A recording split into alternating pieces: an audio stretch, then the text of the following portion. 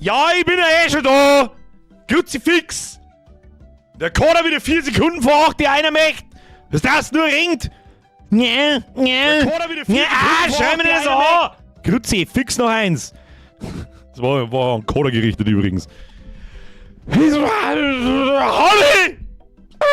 Übrigens, 1B! Ha, muss klar mal. Ich bin jetzt alt, die reden nur die Hälfte. Das passt. Hoppla, vielleicht habe ich mir noch schnell eine Flasche Spezi eingelitten, das kann auch passieren. So, Timmy Boy, ich hab dich schon gesehen, ich bin spät heute, hilft nicht. Servus, bin auch da, kriegst du dir daheim, kriegst an den Rest, passt schon, mehr ist wieder ein Euro. Bin schon da, sieht man mich? Ich mein schon, ich hab mich schon selber hochgeschrieben, muss klar. Habe die Ehre an den Holz an den Bosland, Nadine an den Stadion, Forest Squad an den Damals an den GSI, an den Watson Downey, an den Dwight und den Rest am Mord, an den Grauen Bärtig, an den Metzenet, an den Rakro, Speckmeister, GTA, den Nadine einfach nochmal und der ganze Rest hat alles doppelt und dreifach geschrieben, jetzt mach ich nicht mehr. So, lesen Sie jetzt aus, ab jetzt tut's Aufstehen weh und Sie sitzen weh, das Rumliegen weh, alles tut weh. Warum tut nicht mehr alles weh? So in das? Timmy Boy, das war jetzt nur lustig, wenn es ein Fünfer gewinnen war. Mann, nein, da löt's aus! Mir ist wieder neu. Lünzepp, aber der Bierger ist schöner Stream, Monkey Island, Osterbier. Was sonst los zu schmecken? Mir ist dir. So. Jetzt mir atmen. Wenn der plötzlich einer kommt, was soll ich machen? Steht da draußen vor der Balkon und schaut mich so stimmt nicht ganz so. So halbscheidig, weil sie rechts an ist ja ein bisschen lediert. Möchte etwas zu fressen, dann soll ich mal den ganzen Tag draußen geschlafen, die Huren. So, wie geht's uns? Schaut mal gut aus, oder was? Fix Mai, ist schon wieder mitgehen. Ich glaub es eh nicht. Warum lotten bei mir mein eigener Stream? Ich glaube, ich mache nicht zu. Ich mache einfach zu, weil es mir wurscht ist. So, wird schon passen. Wirkt etwa die neue Hausnummer schon? Ja, seit, sagen wir, 40 Stunden. Seitdem tut's Aufstehen weh. Nachträglich alles Gute zum Geburtstag, Herr Harald. Merci dir, GTA, merci. Ich sage jetzt einfach einmal merci an alle, weil jetzt kommt wahrscheinlich gleich 68 Mal. What? Das ein subtiler Hinweis das zum Geburtstag. Ich habe gestern Geburtstag gehabt. Bin 27 geworden. Euskurade nachträglich. Auf an geilen Stream. Merci dir, Zangel, selbst. Schluss damit. Kuss auf die Nuss. Speckmeister, merci für den Zwill. Grüß Gott, alter Mo. Dein Hutzenholz. Kann noch wohl Leute kommen, die noch nicht 40 sind. So, Ruhe. Nein, nicht! Bivoco 5D Hividi Fukuju JXTJ Fukuju XTJ 677.777 IG. Ja, okay, es war kurz lustig. Timmy, aber das muss ich zugeben. Timmy, merci dir. Kruzifix. Dankeschön. Herr Geinrich, merci für 18 Monate. Heute, Herr Bürgermeister, 18 Monate und viele, viele Monate davor schon. Du kannst mir auf Hilfe zeigen, wenn der Tag lang ist. Merci dir. Der Metzinator, boah, leck mit verkackte 98 Monate, Alter. T-2 Monate noch, alles Gute nachgrüglich, der feine Herr, merci dir, Alter. Der Erste, der mit 3 Nummern da dort steht, ja, das kannst du sein. Es gibt nicht viele, die einen Neiner vorne dran haben. Aber ich glaube, der Erste ist der Chris. Ich weiß nicht, wie oft er zuschaut und wie oft er da ist. Ob wir das mitkriegen. Hat der dann nicht? Der ist doch eigentlich, da müsstet ihr jetzt fast nachschauen. Nein, da muss ich schnell nachschauen. Schauen wir schnell nach. Haben wir schon lange nicht mehr da. Achtung. Hier, Kanalmitgliedschaft. Was haben wir da? Gesamtzeit auf Stufe. Meine sehr verehrten Damen und Herren. Was soll jetzt das? Was soll jetzt das? Speckmeister, ich bin 42! Ja gut, dann okay. Dann Tuschi. Muss ich mir futzen halten. Dann halt dein Maul, alter Mo! Merci für deinen Zwickel. Jetzt mal so wacht, meine Damen und Herren, ich bitte um ein Okta-F in den Chat. Wir haben ihn zwar immer noch nicht gefunden und ich glaube einfach, dass derjenige entweder einfach gestorben ist oder dass er einfach vergessen hat oder was weiß ich. Oder vielleicht hat er so viele Subscriptions, dass ihm die 5 Euro nicht auffallen im Monat. Aber der motherfucking Danny B. hat 100 Monate, Alter. 100. Glump ist und aus Frankreich KIMD. Hashtag Franchise.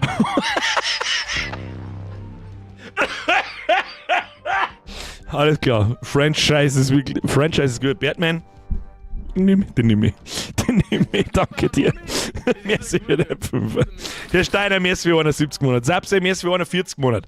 Der Bürger jetzt Zenma EIH Birgert mit deinem Merch, mach weiter so. Jetzt haben wir... Oh! Falls ihr das, die vorher die 20% Aktion genutzt haben, habe ich E-Mail gekriegt. Falls ihr das wart, sage ich fettes Merci, oder? Im Park war aktiv anwesend. Kruzifix, langsam! Wer geht hier nicht mit? Jetzt haben wir die 5 Uhr Scheißerei, dass ich heute das Lesen aufhört. Ich möchte das nicht. Umzugschaos. Eins noch mal, jetzt lesen wir erst einmal Zapse. Der beieinander, mal positive Seite mit der Arbeit. Neon Golf gewinnen, mal. Was ist ein Neon Golf, Alter? Ist das im Finstern, wo ist die Neon leicht? Und mit Leuchtfarbe eingestrichen ist? Das war lustig. Zitrone Kitty! Alter Guter habe ich jetzt gelesen. Alle gute alter Mann. Zitrone Kitty, merci für 40 Monate. Moin frei, Freitag Gruppenausflug an Chiemsee. Oh, da habt ihr wahrscheinlich kein gutes Wetter erwischt. Ich habe eine kleine Geburtstagsfeier am Freitag nochmal und da haben wir auch kein gutes Wetter wahrscheinlich. Wahrscheinlich muss ich sogar einen Holzhof einheizen und dann können wir herin alles zurauchen. Hilft ja nicht. Das passiert aber einmal im Jahr, das hilft ja nicht. Dann sind erst mal 2 Wochen Urlaub angesagt. Ja, da dauert bei mir noch ein bisschen. Ich freue mich, ich kann es keinem Menschen nicht sagen, wie dermaßen, dass mich auf August freue. Ich sag das, was es ist. Das war noch nie so krass wie dieses Jahr. Ich gehe jetzt seit Februar auf den scheiß August. Ich sag's, was es ist. So eine Woche mal daheim bleiben, so, ja, das bringt genau gar nichts. Nur dazu, was die letzten 3 Monate so los war, habt ihr alle mitgekriegt. Ich gehe dermaßen auf August, ich brauche einfach nur einen Monat liegen. Ich mag noch nicht mehr besoffen sein. Das heißt was. Weil, ich mag noch nicht mehr besoffen sein. Sag's, was es ist. Ich mag einfach da liegen, nichts hören und nichts sehen. Ich mag da auf der Terrasse liegen, in die Sonne schauen und das 30 Tage lang. Jeden Tag, von der Früh bis auf die Nacht. So. Mila Mausi! Jetzt habe ich Vollgas hergespielt. Was ist das für asoziale Scheiße, Birger? Im Alter fängt man selber noch alles. Alles Gute nachträglich zum Geburtstag und liebe Grüße aus dem Umzugschaos, um Gottes Willen. Das ist was, da kann ich nicht mitreden. Ich bin noch nie umgezogen. Noch nie. Ich hab bloß mal ab und zu einmal geholfen und da hat's mir schon gelangt. Ich wünsche viel Erfolg, Mila Mausi. Danke dir. Herr Bürger, merci für den Fünfer. Alles Gute nachträglich. Bärtiger alter Mann aus dem Internet. Kaputt für Rock im Park, aber aktiv anwesend. Stimmt, am Wochenende war Rock im Park. Wie war das wieder so? Ums Arschlecker noch ganz brauchbar, oder? Wir waren's wieder am Wochenende. Eigentlich gar nicht so geil. Ihr zieht sich generell nicht oft um. Nein, tu ich nicht. Ich habe euch auch ungefähr 8 Jahre lang angelogen. Ja, scheiße, jetzt habe ich keinen Vollbisgrad-Pulli nicht so. Ich habe bloß einen.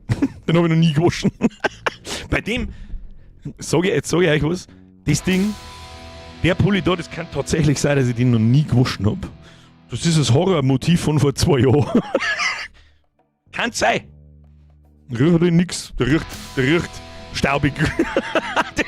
Leute, ist ja gut jetzt! Kruzifix! Wer ist jetzt wieder drohen, wo und wann? Der Wulfric? Moment, dann bei der Wulfric. Warum essen Veganer kein Huhn? Weil da Ei drin ist. Alles Gute nachträglich auch. Ja, PS. Wo Patches? Ah, verdammte Patches, Alter. Ich sag's dir, da soll sich der Zukunftsbürger nach der Sommerpause drum kümmern. Ich sag das, wie es ist. Der Gegenwartsbürger mag sich einfach mit nichts auseinandersetzen momentan. Momentan ist einfach wirklich... Es müssen Dinge aufgearbeitet werden in meinem Hirn und da brauchen wir noch ein bisschen. Und dann können wir uns um Bodymental Patches und was weiß ich, was alles für eine Scheiße kümmern.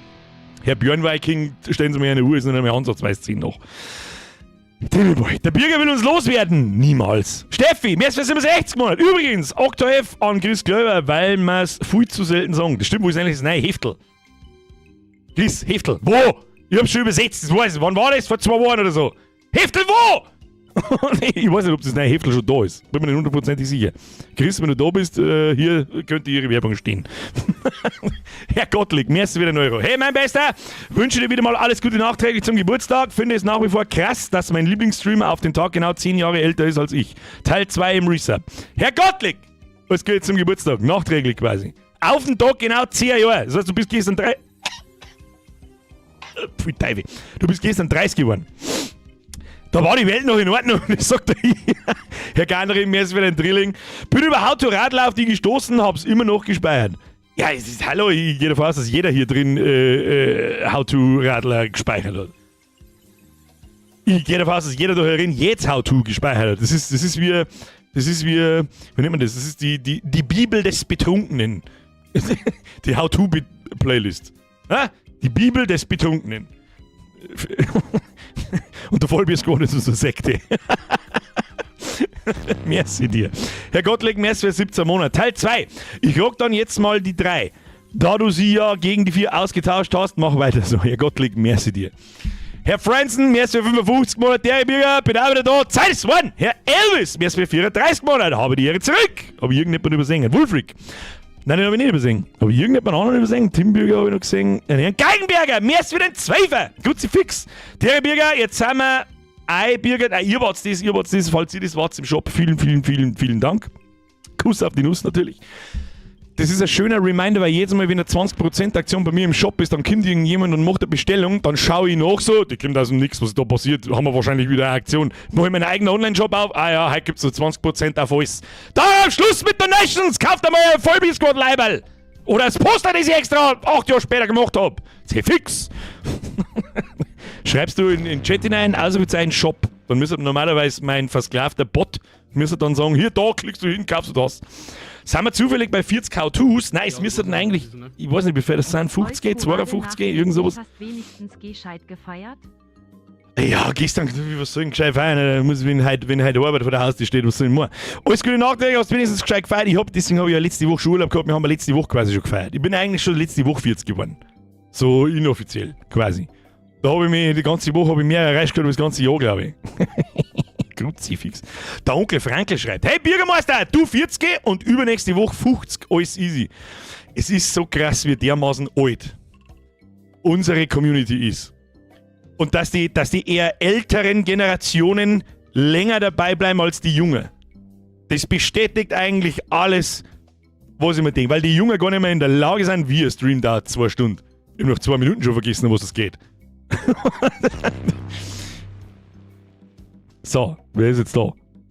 Condor Blackstar! Mir ist für 21 Monate. Alles Gute Nachtl zum Geburtstag. Danke dir und auf weitere 40 Jahre Bürger und natürlich noch weitere. Ich sag's, was ist, ich bin nicht sehr zuversichtlich, dass ihr irgendwann einmal einen Achter davor stehen habt. Das sag ich dir, was ist.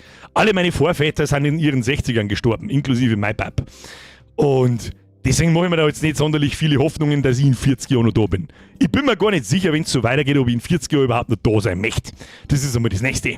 Aber, ja, es ist mindestens Halbzeit. In meiner Welt, ich hab mit 30 schon gesagt, oh, das ist kurz vor Halbzeit, so mit 35 war bei mir Halbzeit. Das TikTok-Hirn schaltet nach 10 Minuten auf Standby. Nach 10 Minuten? Das ist aber ein sehr großzügiger Zeitraum, Steffi. Die Generation, ich kann nicht einmal nicht einmal mit Schuhbandler binden. Große Klasse. Das sind unsere Rentenzahlen, um Gottes Willen. Ja, vom Blödsinn. 23 Monate, zuerst hab Rock im Park auch überlebt und jetzt bin ich wieder da. Ja, Spezi von mir war am Sonntag aber nur. Der hat gesagt, der Linkin Park war gar nicht mal so gut. Und der mag es eigentlich schon. Weil er denkt, geschissen drauf. So, es ist 13 Uhr. Wir müssen später jetzt geheißen. Der war nicht, mein Kerl hat es geheißen. Habe ich das überhaupt schon gestartet? Ja. Hab ich. Meine Damen und Herren, vielen Dank für die Vordonationen und Donationen. Gehen Sie in den Job hinein, bevor es später ausgeht. 20% auf alles, nur noch heute. Okay? So. Alerts aus. Wir spielen wir jetzt. Schiebe es ausschaut. Aber weißt du, was ich instant sofort ein bisschen vermisse?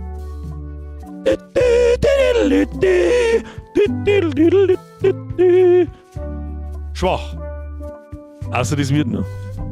Meine Damen und Herren, wir spielen heute Return to Monkey Island. Das ist erschienen vor 4 Jahren. Das ist der neueste Monkey Island Teil. Wir hätten vielleicht, wenn man es mal so richtig genau nimmt, vielleicht hätten wir irgendwie einmal Teil 2 und Teil 3 nachspielen sollen, bevor wir das lernen. Ist mir aber scheißegal. Das werden wir dann schon rausfinden. Für das habe ich euch da, die es mit Sicherheit schon gespielt haben. Ihr habt ja immer alles gespielt und ihr wisst ja immer alles besser wie ich. Und generell. Na, Backseaten ist quasi erlaubt. Mitraten ist erlaubt. Das haben wir gelernt bei There Is No Game, wie dermaßen viel Spaß das macht. Und diesmal vergessen wir es nicht, sondern spielen wir sofort das nächste Adventure. Meine Damen und Herren, wir starten ein neues Spiel mit A Return to Monkey Island. Einfacher Modus. Die ganze Geschichte und der ganze Spaß, aber mit gelegentlichen Rätseln für den vielbeschäftigten Spieler. Schwerer Modus, mehr Rätsel, schwerere Rätsel, einfach auf und stark für den Profi-Abenteuerspieler, der alles will. Ja, wo ist Mittel?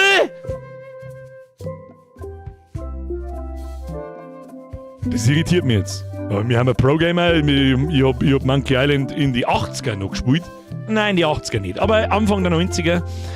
Ich denke, wir wollen alles. Für das habe ich euch dabei. Und zur Not muss man vielleicht einmal in Komplettlösung einschauen. Muss man vielleicht heute einmal mehr, wenn wieder absolut absurde Scheißrätsel drin sind. Wir werden sehen. Schwerer Modus, los geht's. Schauen wir da wieder. Sebi, merci für 41 Monate. Kuss auf die Nuss. Timmy Boy, merci. eine unerwartete Geschichte beginnt. Also Holzfuß und ein Schlüssel. Nimm das, LeChuck! Guybrush, komm hierher. Vorsichtig. Nimm die Maske ab. Versprichst du mich dann endlich in Ruhe zu lassen? Na gut, ich verspreche es. Ich tue ja alles. Mach bloß das Bein wieder fest. Hey, ihr Kinder! Ihr sollt hier nicht rein!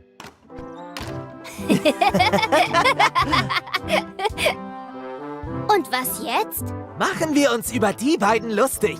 Tun wir so, als wären sie unsere Eltern. Ja! Entschuldigt, dass wir abgehauen sind. Ihr habt euch wahrscheinlich Sorgen um Mörder und Taugenichtse gemacht. Keine Sorge, ich habe ihn gefunden.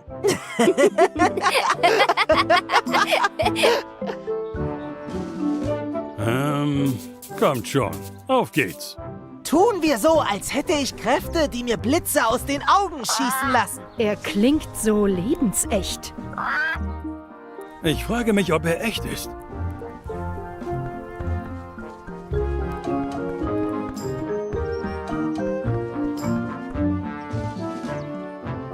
Entschuldigt, Jungs, könntet ihr aufhören, uns zu verfolgen? Das ist unheimlich. Jawohl, Sir! Komm schon, ich habe da hinten eine Scurvy-Dog-Hütte gesehen. Scurvy Dogs! So einen habe ich noch nie gegessen. Was? Du musst unbedingt einen probieren. Es ist das Beste, was du je in deinem Leben essen wirst. Ohne Spaß. Wow!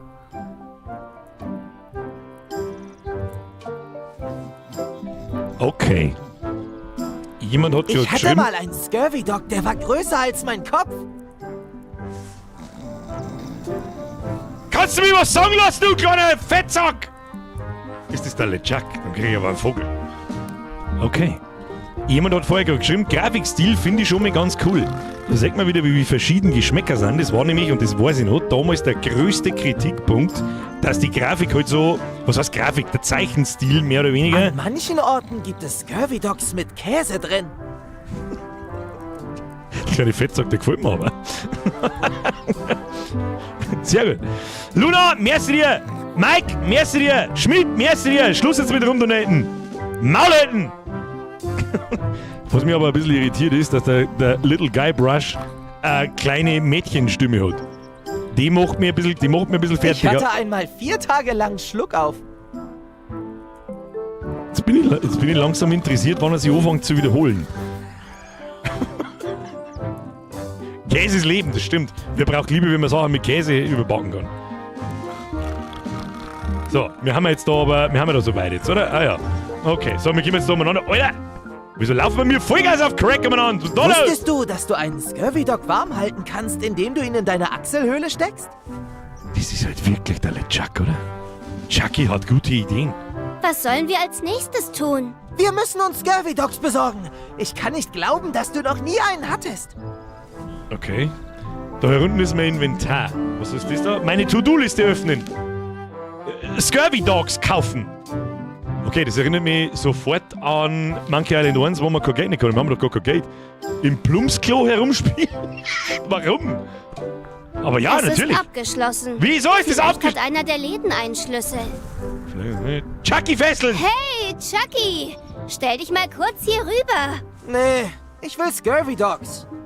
Ah, ich möchte Scurvy Dogs. In Frankreich nennt man einen Scurvy-Dog einen Chien Scorbut.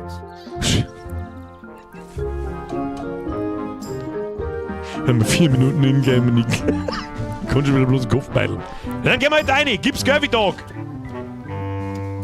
Ich finde aber einen Zeichenstil, ich weiß gar nicht, warum sie da so hart drüber aufgeregt worden ist. Ich finde, dass die Adventure-Zeichenstile eigentlich immer sehr absurd waren. Und ich finde das eigentlich sogar ziemlich modern. Den Typen hinter dem Tresen nach Dingen fragen. Wow, sieh dir diese Brille an! Diese Gläser sind dicker als die Fettschicht auf dem Boden. Okay.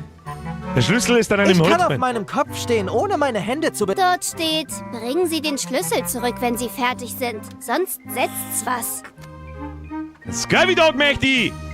Wie viel kosten die Scurvy Dogs? Scurvy Dogs kosten nur ein halbes Goldstück. Ein paar Scurvy Dogs bestellen. Können wir ein paar Scurvy Dogs bekommen? Klar, wenn du mir ein Goldstück gibst. Das ist Geld, das Erwachsene benutzen. Ich weiß, was ein Goldstück ist. Gut für dich. Du kannst ein paar Dogs haben, wenn du mir eins gibst. Bitte, Fragezeichen. Das ist jetzt natürlich wieder blöd, gell? Das ist natürlich jetzt wieder blöd. Da kommt natürlich die...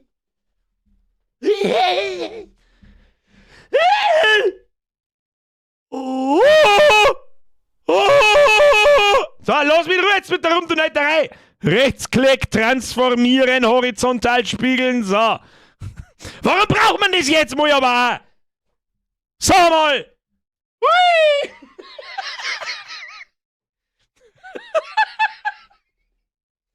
Hui! So, jetzt gang's wieder! Fix.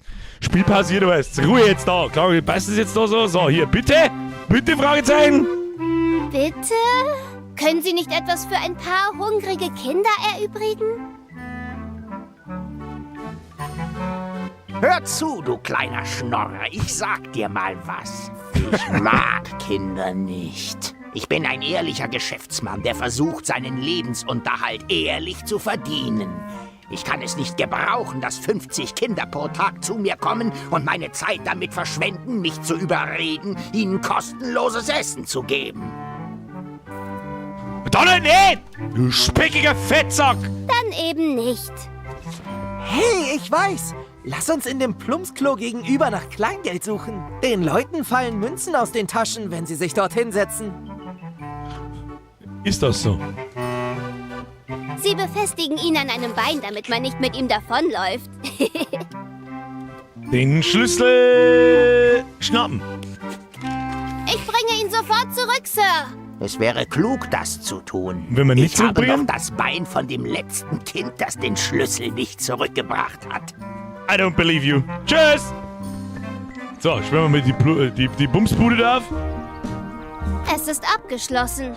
Gut, dass ich den Schlüssel in der Tasche habe. Er schließt das Plumpsklo auf. Gut, Sehr du hast sie aufgeschlossen. intuitiv. Funktioniert schon. So, rein. Musst du mitten in der Scheiße stehen, Alter? So, was haben wir jetzt da? Am Schlamm riechen. Ich habe einmal 2 Scurvy Dogs auf einmal gegessen. Gott, Jackie, halt die Schnauze, du bist jetzt seit 5 Minuten on air und du gehst mir jetzt schon auf den Sack, du Trottel. So, ich rede jetzt erstmal an der Scheiße.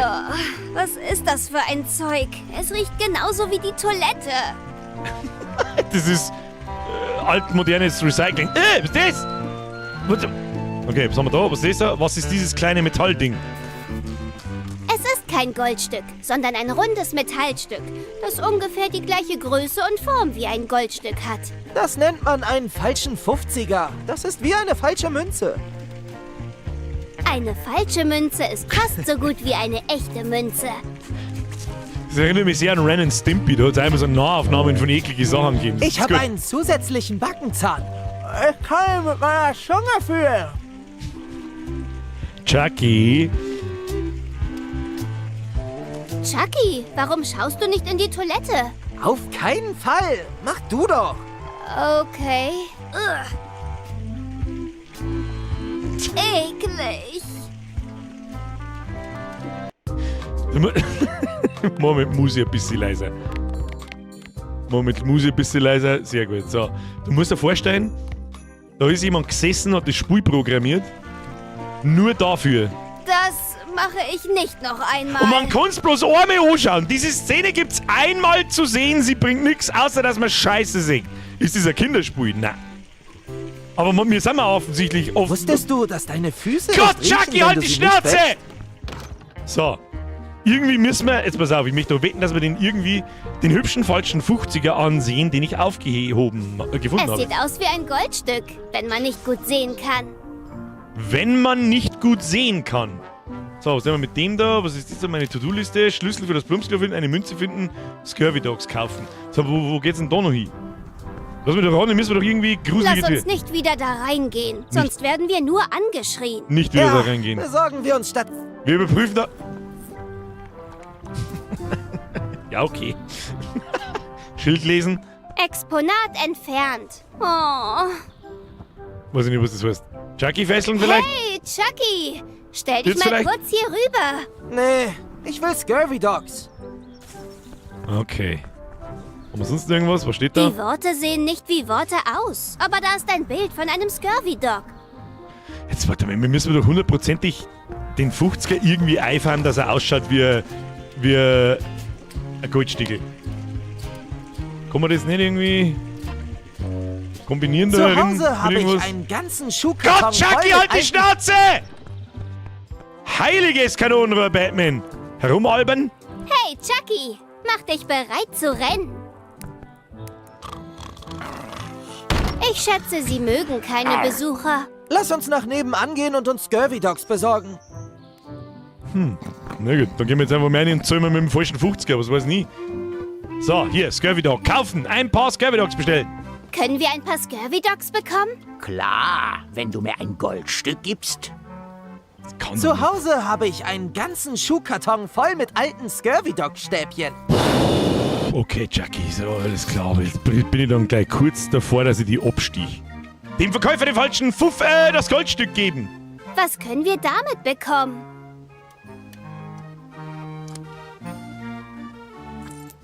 Schmeckt wie ein Goldstück. Genug für ein paar Scurvy Dogs, wenn du willst. Perfekt! Das war zu leicht. Nimm sie, Junge. Und was nimmst du? Was? Nur ein Scherz. Hier ist deiner. Okay, wir haben Scurvy Dogs. Ich nehme an, das war das Tutorial-Rätsel. Lecker! Was willst du jetzt machen? Keine Ahnung. Die Erwachsenen Was werden willst mal du cool, machen? weil die stimmen nicht mehr der Bock. Was? Chucky hat gute Ideen. Ich frage mich, wo die beiden Leute sind, denen wir gefolgt sind. Ah, gute Idee. Außer aus dem scheiß Ich hatte Kinderpark da. einmal 4 Tage lang...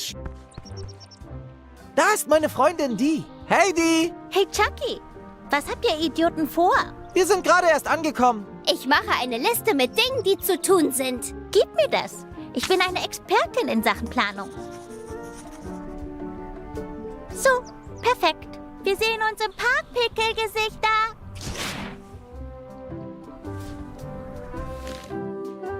Was? Herumalbern und erkunden, den Anker ansehen, Chucky in einem Rennen schlagen, die Ente füttern, etwas Soße zu meinem Scurvy Dog hinzufügen, Schwertkampf üben, ein 4-blätteriges Kleeblatt finden, sich etwas am Wunschbrunnen wünschen, unsere echten Eltern finden. Okay. So, Rennen. Was ist denn das da? Chucky zu einem Rennen herausfordern, das kriegen wir hin. Rennen. Hey Chucky, Lust auf ein Rennen? Abgemacht. Ich bin die Schiedsrichterin. 3, 2, 1, los! Ich hab gewonnen!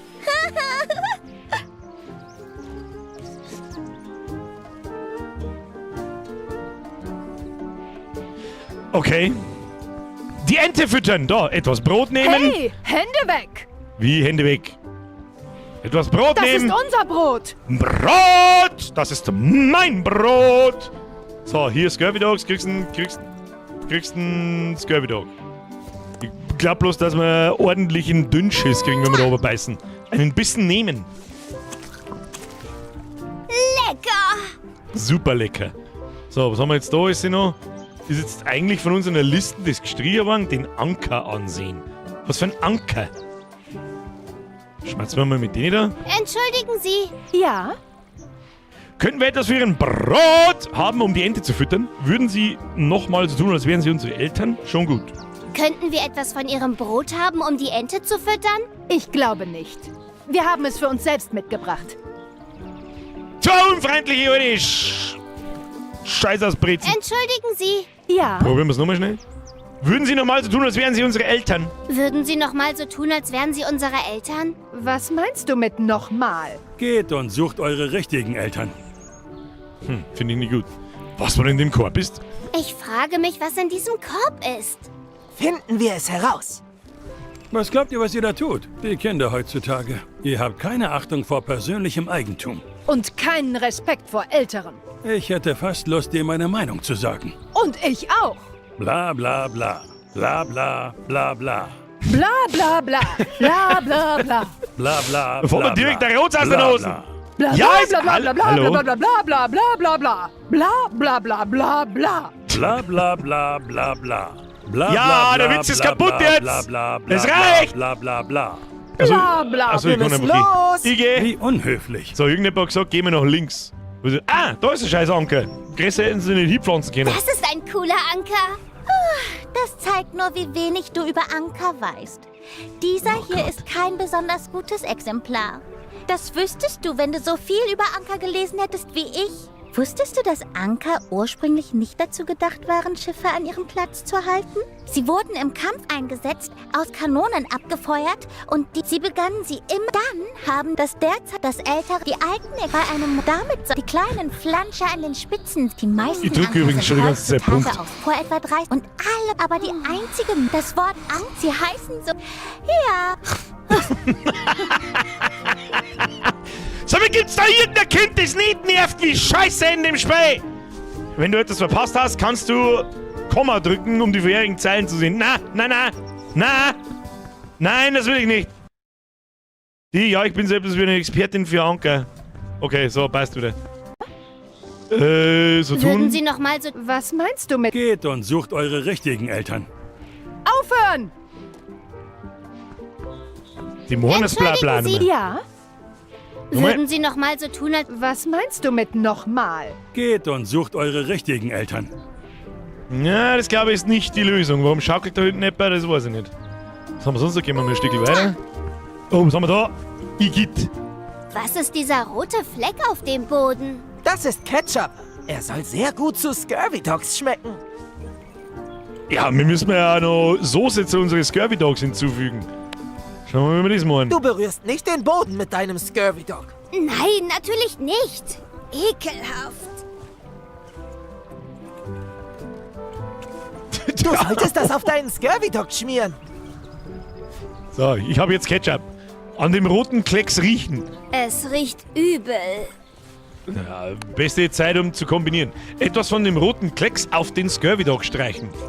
Haha! Und dann essen.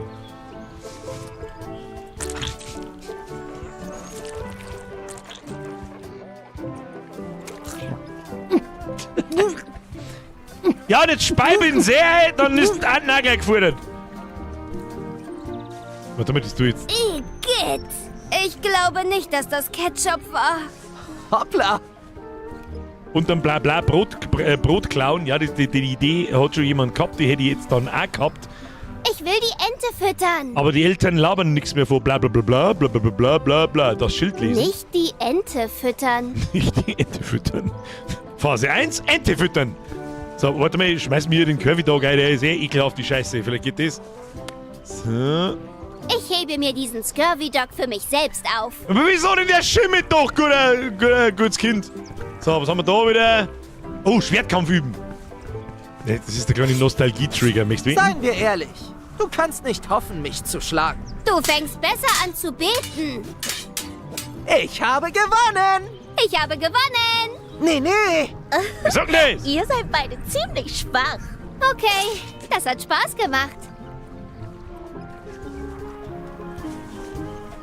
War das jetzt schon die Aufgabe, oder was? Schwertkampf üben, tatsächlich. Nochmal auf den Korb drücken, damit das Blabla nochmal kommt. Das können wir ausprobieren. Ich frage mich, was in diesem Korb ist. Finden wir es heraus. Was glaubt ihr, was ihr da tut? Die Kinder heutzutage. Ihr habt keine Achtung vor persönlichem Eigentum. Und Wir müssen los. Wie unhöflich.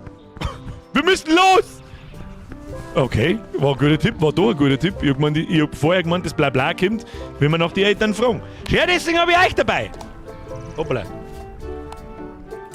Jetzt geht er das Brot Ich untersuchen. habe es von diesem Paar gestohlen. Nehmen. Ente füttern. Ente gefüttert! Easy. So, was brauchen wir noch? Ein 4-blättriges Kleeblatt und sich etwas am Wunschbrunnen wünschen. So. Wunschbrunnen wo? Was ist da? Schild lesen? Keine 4-blättrigen Kleeblätter pflücken. Ha, als ob. Suchen wir nach einem 4-blättrigen Kleeblatt. Okay. Viel Kinderlogik. Glück dabei.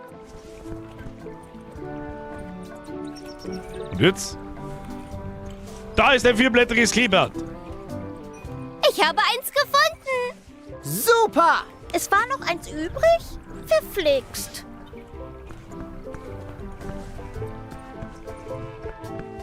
Wunschbrunnen. Ich sollte eine Münze zum Hineinwerfen finden. Sind wir hier fertig? Wenn wir in diese Richtung gehen, können wir vielleicht nicht mehr zurückkommen. Ist uns das wurscht oder mit? Da ist doch eine Münze. Die liegt doch Bredelbrot liegt's da. Schade, früher war das so viel einfacher, Objekte zu erkennen, die man anklicken kann und so, weil es nicht ganz mit dem Hintergrund verschwimmen. Da tust du dich mittlerweile schon ein wenig schwer. So, hier Münze, eingeschissen. Was wünschen wir uns? Bitte Erwachsenenstimme. Ich wünsche Chucky deinen Schnauzbart. Ich wünsche, die würde verschwinden. Ja, das ist jetzt gut. Ich wünsche mir eine coole Pflanze. Ich wünsche mir noch ein Scurvy-Dog. Nein, mit Sicherheit nicht. Ich wünschte, wir könnten rückwärts sprechen. Das klingt für mich mal am vernünftigsten. Ich wünschte, wir könnten rückwärts sprechen. Ja, so gut, Sasa. Ja, er zieht erst nicht gut.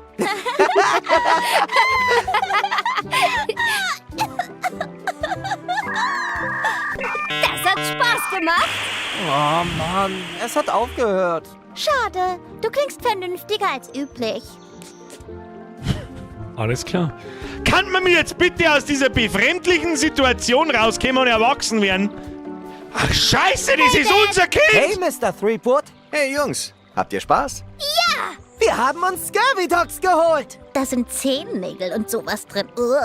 Ich habe darüber gelesen. Und wir haben deine Abenteuer nachgespielt. Wir haben gerade Big Whoop gemacht. Big Whoop! Junge, das erinnert mich an früher. Mir gefällt es, wenn Das ist ein Chucky mich Zure. bittet, sein Bein wieder anzubringen. Er sagt das wirklich lustig. Ihr denkt euch immer die verrücktesten Sachen für das Ende der Geschichte aus. Das macht Spaß. Aber man kann es nicht einfach ändern. So funktioniert das Geschichtenerzählen nicht. Bei vielen deiner Geschichten hat man das Gefühl, dass sie am Ende nicht zu Ende sind. Was meinst du damit? Naja, ich meine, da wäre zum Beispiel The Secret of Monkey Island, wo du auf Monkey Island gehst und gegen LeChuck kämpfst. Die Geschichte hat ein großartiges Ende. Es gibt eine Schlägerei und ein Feuerwerk. Ich dachte, die Geschichte hat dir gefallen. Aber du hast das Geheimnis nie gefunden. Nicht das echte. Sicher, aber darum ging es in dieser Geschichte nicht. Kinder, ich will euch eine Geschichte erzählen, in der es darum geht, das Geheimnis von Monkey Island zu finden. Ist das eine lange Geschichte? Ich glaube, ich muss mal auf die Toilette oder so. Ja, ich muss, mit meiner Tarantel Gassi gehen. Vielleicht sollte ich mit ihnen gehen. Nein, nein, bleib hier. Das ist eine gute. Jedenfalls ging das Gerücht um, dass mein alter Erzfeind LeChuck irgendwie den genauen Standort des Geheimnisses von Monkey Island entdeckt hatte. Ich wusste, dass ich es vor ihm in die Finger bekommen musste, also ging ich nach Mealy, um meine eigene Expedition zu starten und ihm zuvorzukommen. Also mir erzählen wir jetzt die Geschichte quasi unserem Kind. Da hab ich jetzt...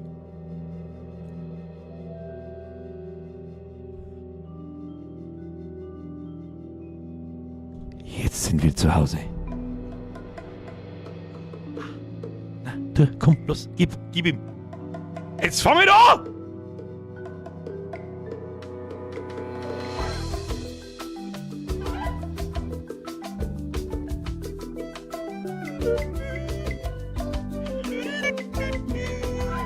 Das ist übrigens der beste Soundtrack in einem Spiel, der jemals gemacht wurde. Jemals.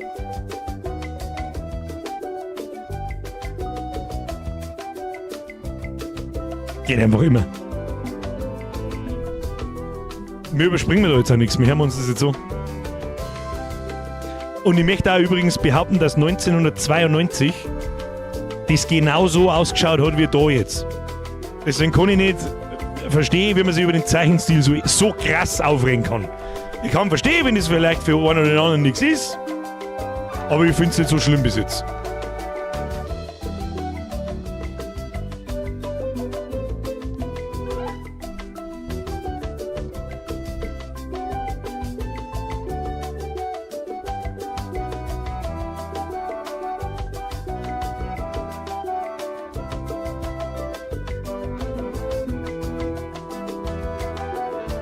Es kann ewig so weitergehen. Kann den ganzen Tag so weitergehen. Tut's aber leider nicht. Oh. So, wir schauen mal aus. Teil 1. Ein freundlicher Ort. Darf man mir jetzt wirklich... Ist es die alte Map auch noch? Angreifer im Vogel, ist das schon klar. Ach komm, heute doch beim Maul. Ein gutes Gefühl, wieder auf Mealy Island zu sein, dem Zentrum der Piraterie in der Karibik, wo jede gute Expedition beginnt. Ich treffe ein paar alte Bekannte und bringe die Dinge ins Rollen. Oder in diesem Fall wohl ins Segeln. Hi, ich bin Guybrush Threepwood. Erinnerst du dich an mich? Mächtiger Pirat! gesehen, Threepwood. Was hast du so gemacht? Ach, du weißt schon. Größtenteils Freibeuterei, Säbelrasseln und so weiter. Aber jetzt organisiere ich eine Expedition, um das Geheimnis von Monkey Island zu finden. Oh, du segelst mit LeChuck. Was? LeChuck ist hier auf Mealy? Ist schon eine Panik ausgebrochen? Werden die Menschen evakuiert? Er scheint im Moment nicht an einem Gemetzel interessiert zu sein. Das Schiff ist nur hier, um Vorräte und Mannschaft aufzunehmen, soweit ich das beurteilen kann. Wie auch immer. Nein, ich segle nicht mit LeChuck. Du kennst meine Geschichte mit ihm. Ich komm nicht drauf, wessen Synchronstimme das ist. Ich komm nicht drauf, wessen Synchronstimme das ist. LeChuck hat meine Frau entführt.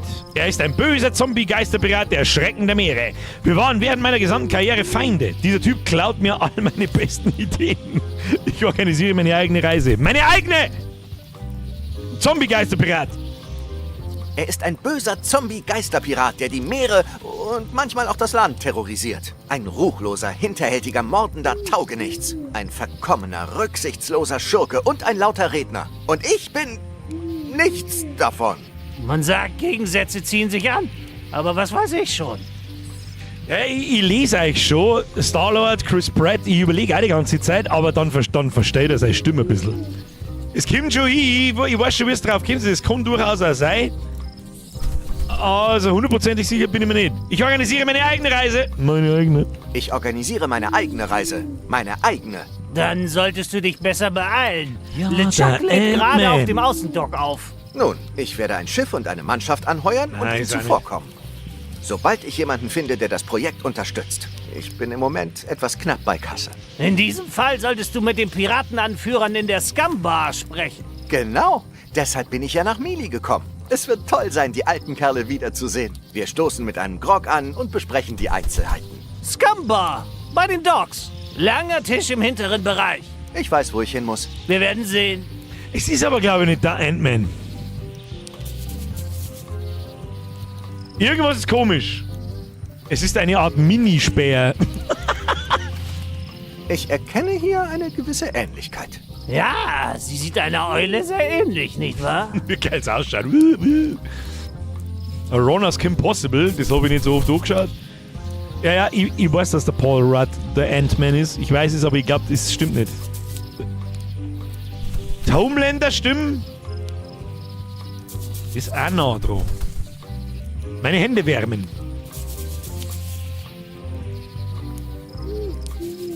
Ins Ich könnte Lagerfeuer das starren. ewig anstarren, Alter, aber das würde dir keinen Spaß machen. Kann man wirklich lange anstarren. So, jetzt bin ich runter zu den Docks. Wir müssen zu den 3 Piratenfreunde, wir wissen, wo die sind.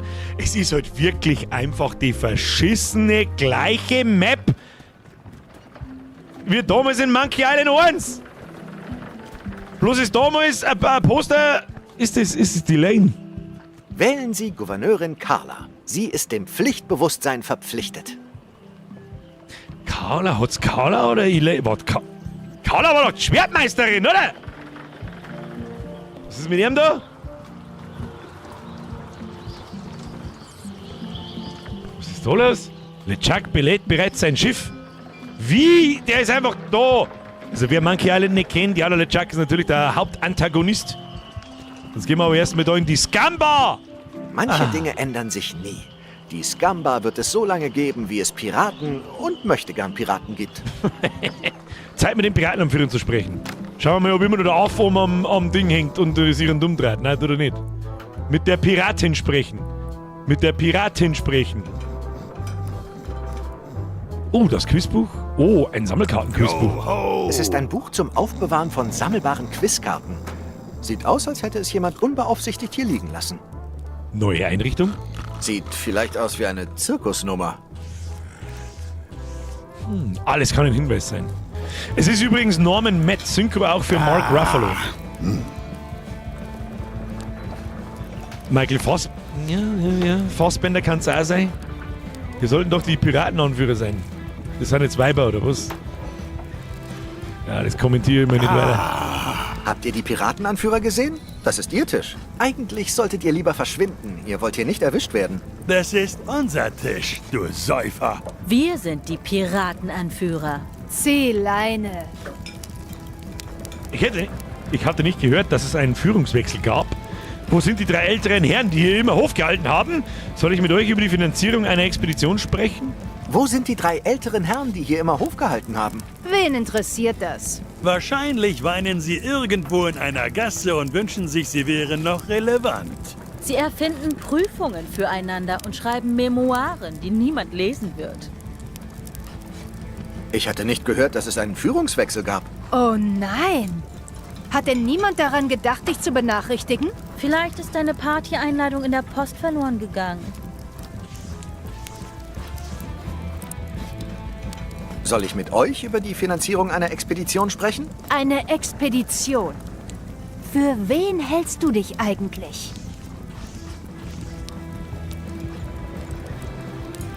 Ich sag's nur ungern, aber das fühlt sich alles überhaupt nicht Monkey Islandig an. Ich bin Guybrush Threepwood!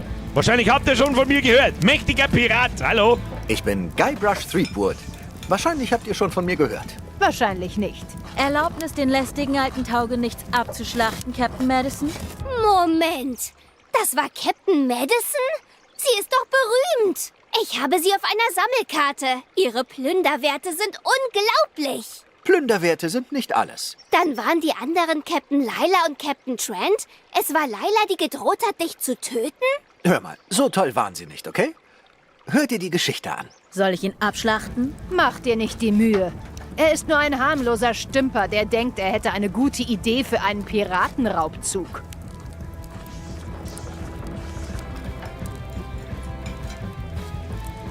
Ich schluck das jetzt einfach mal oben.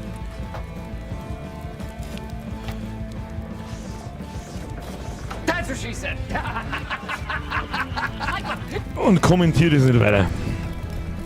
Es ist nicht wirklich ein Raubzug, genau, es ist ein Raubzug. Ich werde das Geheimnis von Monkey Island finden. Ich werde das Geheimnis von Monkey Island finden. Du verschwendest unsere Zeit. Das Geheimnis? Ich dachte nicht, dass es das überhaupt gibt. Ich kann es nicht unkommentiert lassen. Mir braucht niemand erzählen. Mir braucht einfach niemand erzählen, dass es keine Absicht ist, dass dort 2 Gelbbosses und ein Schwarzer sitzen. Das braucht mir einfach keiner erzählen. Alles andere lasse ich unkommentiert. Kann jeder selber damit anfangen, was er will. Es ist ein Preis von unschätzbarem Wert, es ist ein Preis von unglaublichem kulturellem Wert, es ist ein Rätsel für die Ewigkeit, das gelöst werden muss. Es ist eine persönliche Leidenschaft von mir, ich möchte es wirklich finden. Es ist ein Rätsel für die Ewigkeit, das gelöst werden muss. Das einzige Rätsel hier ist, wer dich in diese Bar gelassen hat.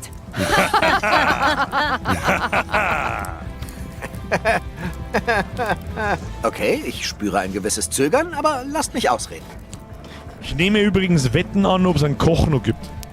Würdet ihr mir wenigstens etwas Geld vorstrecken? Es könnte sich für euch lohnen, mitzuhelfen, eine Mannschaft anzuheuern. Könntet ihr mir wenigstens sagen, wo ich ein Schiff finden kann? Würdet ihr mir wenigstens etwas Geld vorstrecken?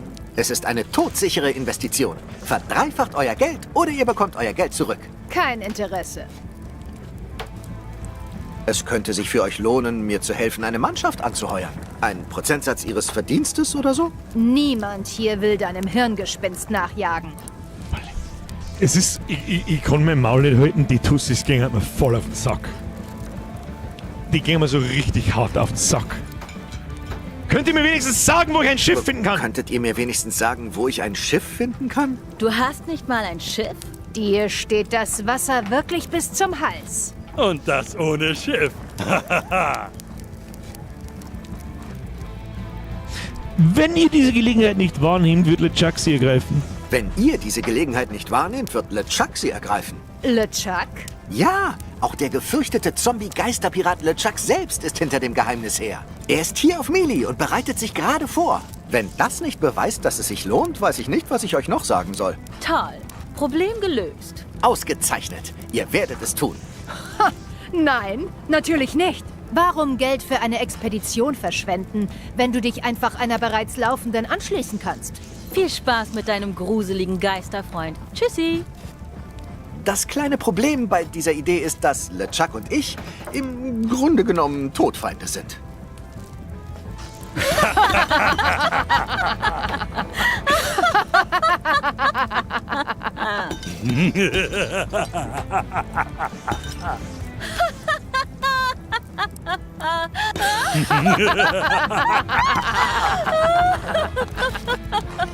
Na schön.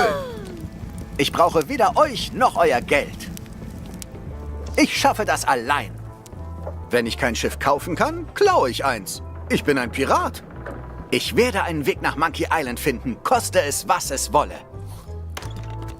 Oh, mir waren die alten Piratenanführer lieber.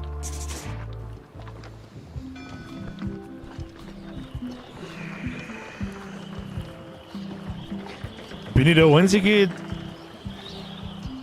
Bin ich der Einzige?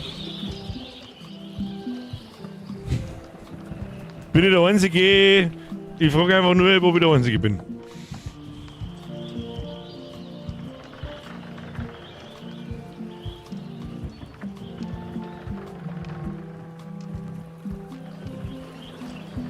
Ich nicke. Du bist nicht derjenige. Ich bin nicht der Einzige, glaube ich. Geht ihm da, das ist doch das was. Okay. Aber gut. Ich wollte bloß sicher gehen, bevor ich zum umeinander schimpfen anfange, weil ganz ehrlich. Was war das? Ich werde das Geheimnis von Monkey Island finden. Schön für dich. Yarr.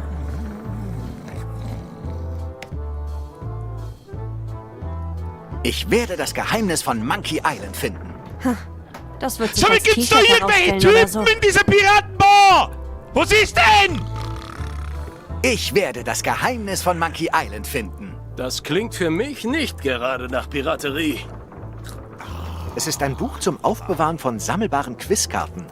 Sieht aus, als hätte es jemand unbeaufsichtigt hier liegen lassen.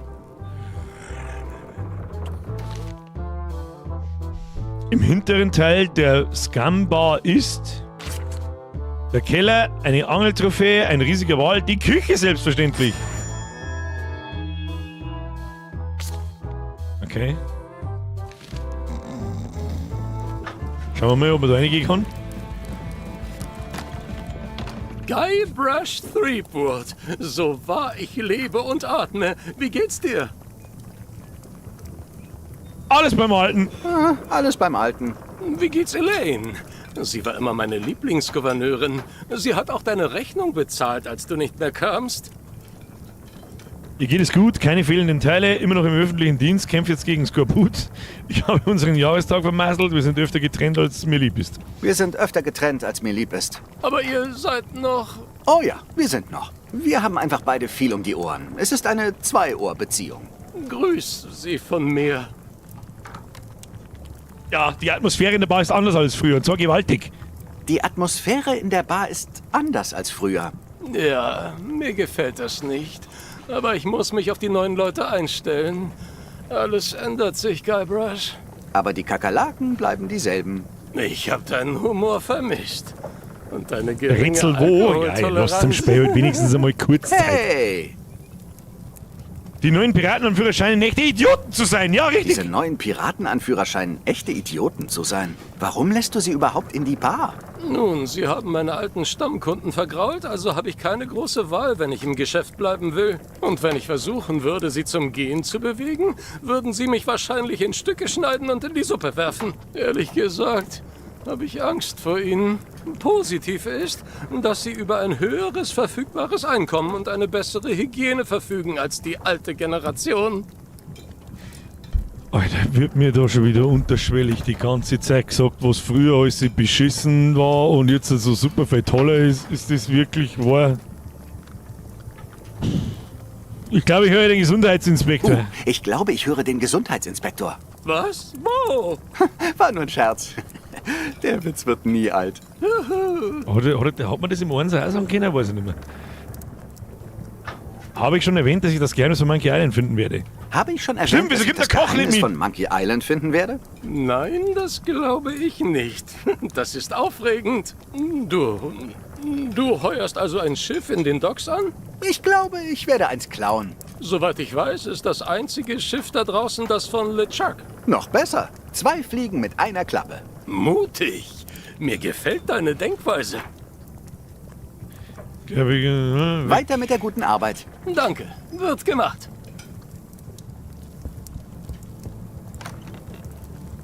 Die Schnur untersuchen. Ich kann immer eine Schnur gebrauchen. Was haben wir da? Die Holzmöwe ansehen. Also, für die Jüngeren unter uns, früher hat man den Topf klauen müssen. Den hast du dann als Helm Ich erinnere mich an aufgesetzt. diesen Gestank, als wäre es gestern gewesen. Und dann hast du erst der Kanone im Zirkus schießen können, das weiß ich noch. Und da hat man aufs Bredel draufhauen können, dann hat es die Möwe weg, dann hast du ein Stück Fleisch gekriegt, das hast du vergiften können und dann hast du es die Pudel geben können. Was soll die Scheiße, kann ich mir da merken? Die Holzmöwe ansehen. Auf der Tafel steht, zum Gedenken an die luminösen Möwen von einst. Ich habe jetzt eine Schnur. Mein hochmoderner Stift. Was ist da? Quizbuch? To-Do-Liste. Ein Schiff finden oder besorgen. Einen Haufen Geld aufwenden, um eine Expedition zu organisieren. Ist durchgestrichen. Warum? Ein Schiff finden oder besorgen, das Geheimnis von Monkey Island finden und die glorreichen Zeiten nochmal durchleben. Tja, ich bin mir jetzt auch nicht so 100% sicher. Na, da hat man den Fisch gekriegt für den Brückentroll.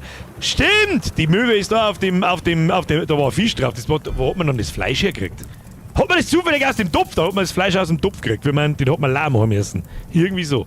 Und da war der Fisch und den haben wir vergiften können und dann haben die Pudel eingeschlafen. Ja, die Kampfpudel. Wichtig. Da schauen wir jetzt da einmal nur. Vielleicht, was ist das da? Sieht aus wie ein Fahndungsfoto. Igitt Maden! Aktive kleine Kerle, nicht wahr? Aktive kleine Kerle. Was haben wir da? Nochmal Igitt. Schädlinge oder Garnierungen? Ein guter Koch bezieht lokale Produkte, wenn er kann. Gibt's da dann jetzt sonst noch irgendwas? Nicht wirklich. So, wir haben eine Schnur. Wir müssen mal ein Schiff brauchen. Schauen wir mal weiter. Was haben wir da? Zur unteren Straße. Oh! Elaine? Guybrush!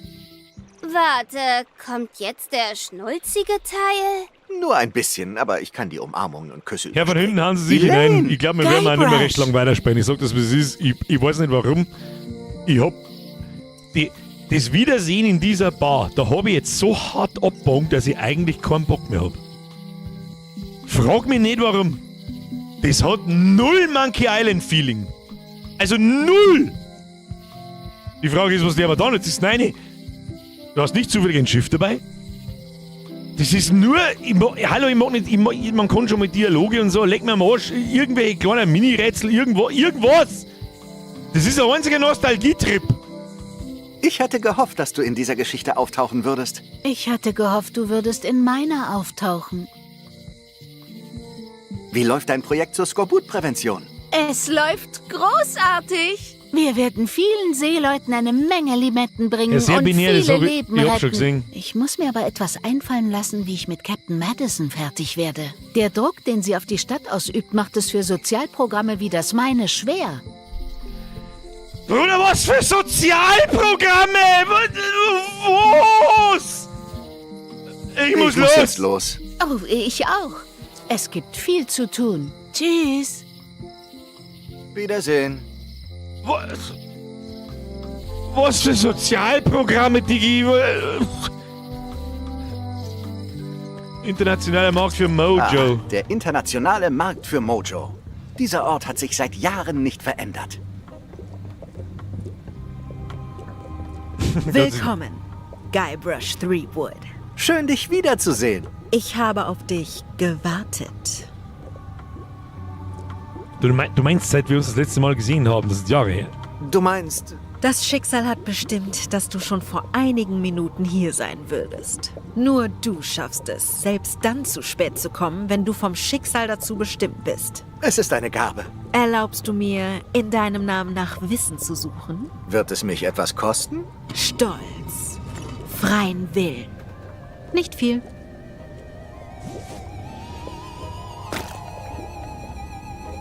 Der Weg zum Geheimnis ist wie eine Schlange, die sich selbst verschluckt. Viele Hindernisse liegen vor dir. Schlange, Hindernisse, kapiert. Adina, das ist... Du musst den Pfad Genau, das holt mich noch beschreiten. zurück, dass ich... Doch du hast ihn ausmache. bereits beschritten. Und jetzt gehe ich wieder zurück.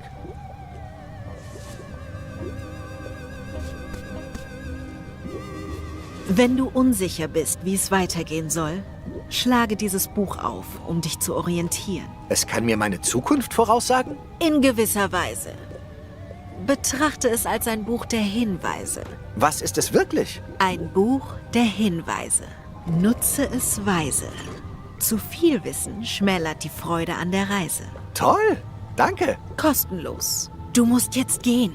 Ich habe eine Verabredung zum Mittagessen. Und dein Schicksal liegt an den Docks. Wirklich? Mit Sicherheit.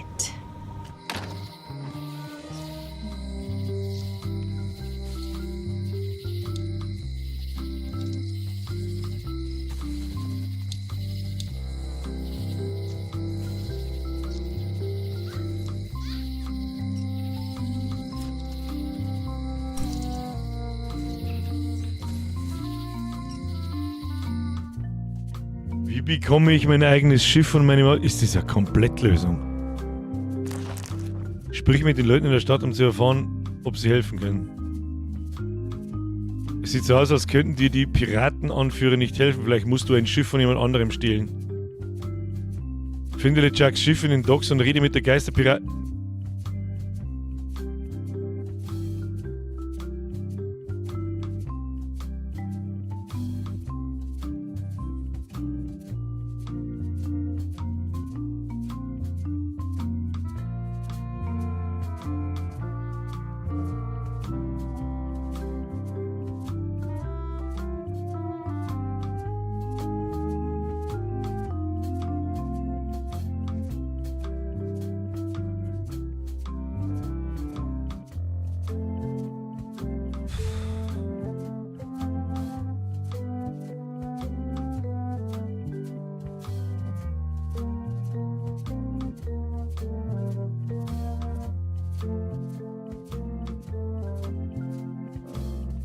Nur damit ich das jetzt richtig verstehe. Ich bin gut. Wir haben jetzt da 40 Minuten unterwegs und so. Ist egal. Aber direkt am Anfang vom Spiel. Wir kriegen von der Voodoo-Tante ein Hinweisbuch ins Inventar auf der schweren Schwierigkeitsgradstufe, wo ich nach 3 Klicks jederzeit einen Hinweis kriege, wo ich hin muss und was ich tun muss.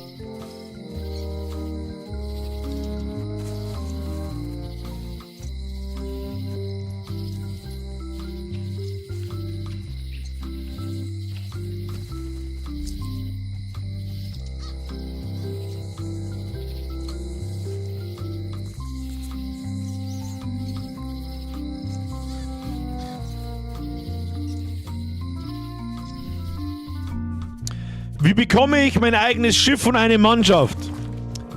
Drücken Sie rechts oben auf das Zahnrad und dann auf Beenden. Bist du sicher, dass du beenden und zum Hauptmenü zurückkehren möchtest? Ich weiß nicht. Ich frage sicherheitshalber nochmal das Buch. Danke, ich übernehme auch. Keine weiteren Tipps mehr. Ich glaube rechts oben und dann beenden und dann beenden. Freunde der Sonne, bin ich der Einzige? Sag. Bin ich der Einzige? Hä?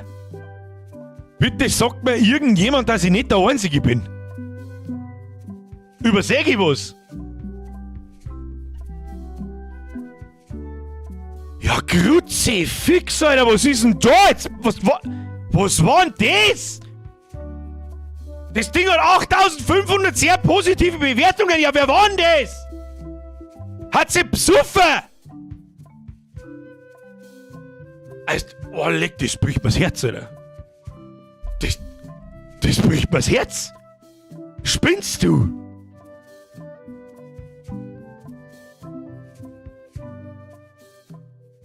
Ich weiß nicht, was deine Waage sagt, ob du schon für 2 zählst. Vorsicht, Fridolin. Mit IE. Kenn das Spiel nicht, aber ich weiß, was du meinst. Das war eine harte Sache. So ein Krampf ist schon schwach. Return to Desktop Island. Eine Person mit 8500 verschiedenen Psychosen. Das kann möglich sein. Schreit nach einer Rezension! Da haben wir es zwingend gespielt, dass ich da jetzt was sagen kann.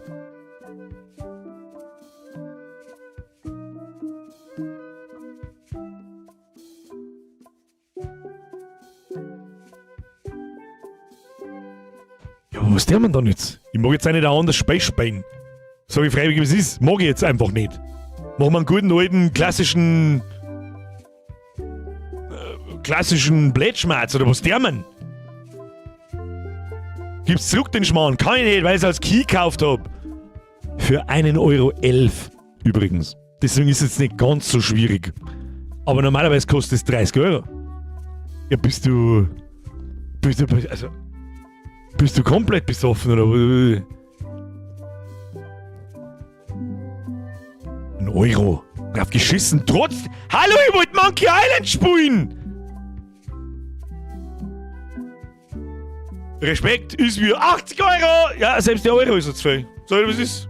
Das werde jetzt. Da drücke ich jetzt auf Beenden. Und die Frage, die sparen wir, ob ich sicher bin, ich glaube schon. Was war denn das jetzt? Kann natürlich jetzt auch sein, dass ich einfach vielleicht zu alt bin für den Scheiß. Ist möglich, aber was ist denn mit dem Point-and-Click von den No-Game-Machern? Das ist heute erst rausgekommen. Das mag ich jetzt aber auch nicht anfangen mittendrin. Das, bis ich das jetzt gekauft habe und runtergeladen habe, dabei ist 20 noch rein. Dann können wir da noch 40 Minuten reinpimmeln. Und dann haben wir ein Thumbnail auf dem Stream nachher, wo Monkey Island draufsteht, wo man mittendrin wieder spielt. Das mag ich nicht. Nein, das mag ich nicht. Das war ein ganz klassischer Totalausfall, meine Damen und Herren. Hast du das alte Monkey Island noch? Kann man das spielen? Das haben wir heute schon gespielt. Vor 4 Jahren. Gibt es einen Stream davon? Da ist nicht von hier für 1,11 Euro. Nein. Aber ja, also wenn ich da das zum Vollpreis jetzt gekauft hätte, dann hätte ich gesagt, da habe ich die raus, Refund. Und das tue ich wirklich seltenst. Ein Vergleich alt gegen neu. Du musst vielleicht bedenken, von wann ist Monkey Island 1? Monkey Island Original Release. Oktober 1990. Das ist 36 Jahre alt. Da muss man gewisse... Das, wenn du da heute zum ersten Mal anschaust, kannst du wahrscheinlich nicht recht viel damit anfangen. Aber ich weiß noch, damals waren viele herin, die es damals als Kind gespielt haben, inklusive mir, und die das sehr gern mengen haben. Und das war auch nicht so lange. Ich glaube, da haben wir bloß 2 Streams braucht oder so, und dann waren wir schon durch. Das funktioniert halt, wenn du das Spiel nicht kennst oder nie gespielt hast und nicht mehr... Oh, wobei? Wieso ruckelt dein Facecam so? Weil ich da auf den Tisch umeinander hau. Verstehst? Das erste Mal ist immer am besten. Wir werden halt älter und woker. Nein, ich bin mit Sicherheit nicht woker. Ich muss mich nur zurückhalten, was ich sag. Das ist alles. Mal auf YouTube das alte Gameplay suchen. Kannst wahrscheinlich nicht, weil damals meine Streams noch auf nicht gelistet gestellt wurden, weil ich meine, da habe ich nur aktiv regelmäßig Videos gemacht und da wollte ich meine 2 Stunden Videoschinken oder 3 Stunden Videoschinken nicht zwischen meine normalen Videos haben. Mittlerweile ist das anders. Jetzt stelle ich meine Streams auf grün. Das bringt zwar deswegen auch nichts, weil die schaut sich keine fremde Person. Hallo, haben wir mir irgendeine fremde Person hier, Community-fremde Person hier drin? Eine einzige, die heute zum ersten Mal da ist. Bitte Hand hoch.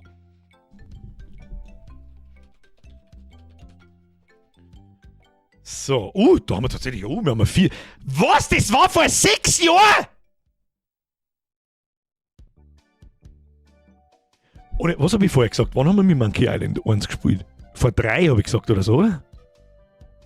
Vor 3 Jahren? Was habe ich vorher gesagt? Wir hatten aufgepasst.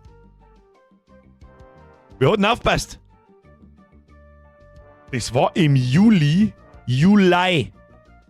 Am 15. Juni haben wir angefangen und am 8.7., also haben wir 4 Wochen dahin gespielt, aber waren wir fertig. Das war vor 6 verkackte Jahren, Mann. Ich check gar nichts mehr. Es ist wirklich, Alter, vor 6 Jahren, da war ich 34! What? Da habe ich nur schnaufen können, noch 10 Meter gehen.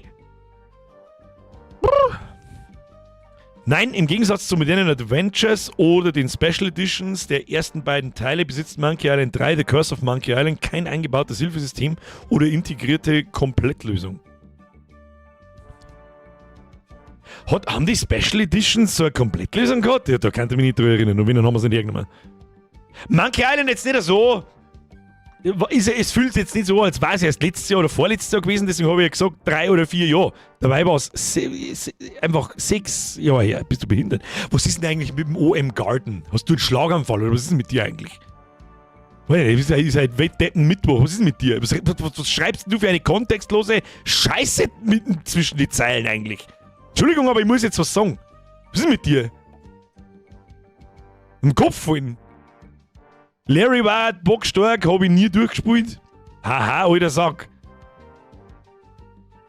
Was ist mit dir? Graue Haar. Weibiau.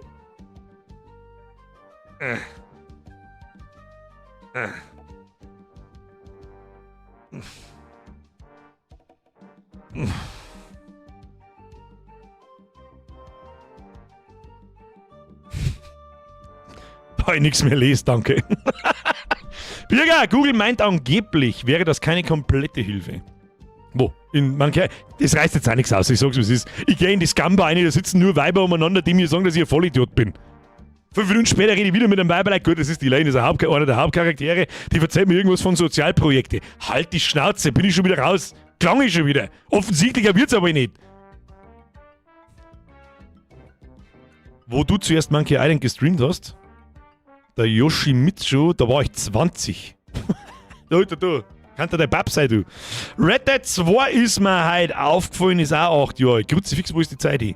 8 Jahre, ja stimmt. 2018 ist das für den PC gegeben. Da hab's ich gespielt. 2018, in der Sommerpause, weiß ich noch. Vor lauter Spätschicht den Streamstart verpasst. Dann mal auf in den Nachschaus gewartet, Monkey Island ist pure Kindheit. Herr Laukus, bleib da! Herr Laukus, bleib live! Bleib live! Bleib einfach da, schau's da nicht an! Just don't! Tu es nicht! Don't! War kurz 20 Minuten weg, was ist jetzt passiert? Das frage ich mich auch. Ich weiß nicht, was passiert ist. Fuchs und Wolf haben gebissen. Nice. Dankeschön. Was ist mit ihm? Alles klar, Alter. Hey. Jetzt haben wir Flaschen Obstler weniger getrunken. Heute Nacht in der Früh. Welche Leute sind noch da wie vor 4 Jahren? Viele. Sehr viele. Der Dreamer schreibt, hast du schon den neuen Trailer von Code Veronica angeschaut? Selbstverständlich. Game-Absturz, aber an der Qualität. Hä? Genau, auf eine Adina wollte ich noch eingehen. Adina, du hast was Interessantes geschrieben. Das ist der einzige Grund, warum ich nicht nach der ersten Barvisite schon, habe ich ja schon mal kurz gefragt, somit bin ich der Einzige? Der ist einfach besoffen gewesen. Ja, und? Dann haben wir nur haben wir ihm nur einen Gefallen da. So. Hast was Interessantes geschrieben? Und zwar, dass das am Anfang vielleicht so gewollt ist. Dass man sich so unwohl fühlt und so. Tja, vielleicht sollte man es aber besser machen und dann nicht so, dass ich zum Spielen aufhören mag. Möchtest keine Wachteln, Spotsal? Stürmlerkai, hast du zufällig mit dem anderen gesoffen oder was ist? Tatsache, ich lese sehr viele Leute, die ich kenne, finde ich gut. Der Extremmann! Die habe ich auch schon lange nicht mehr gelesen.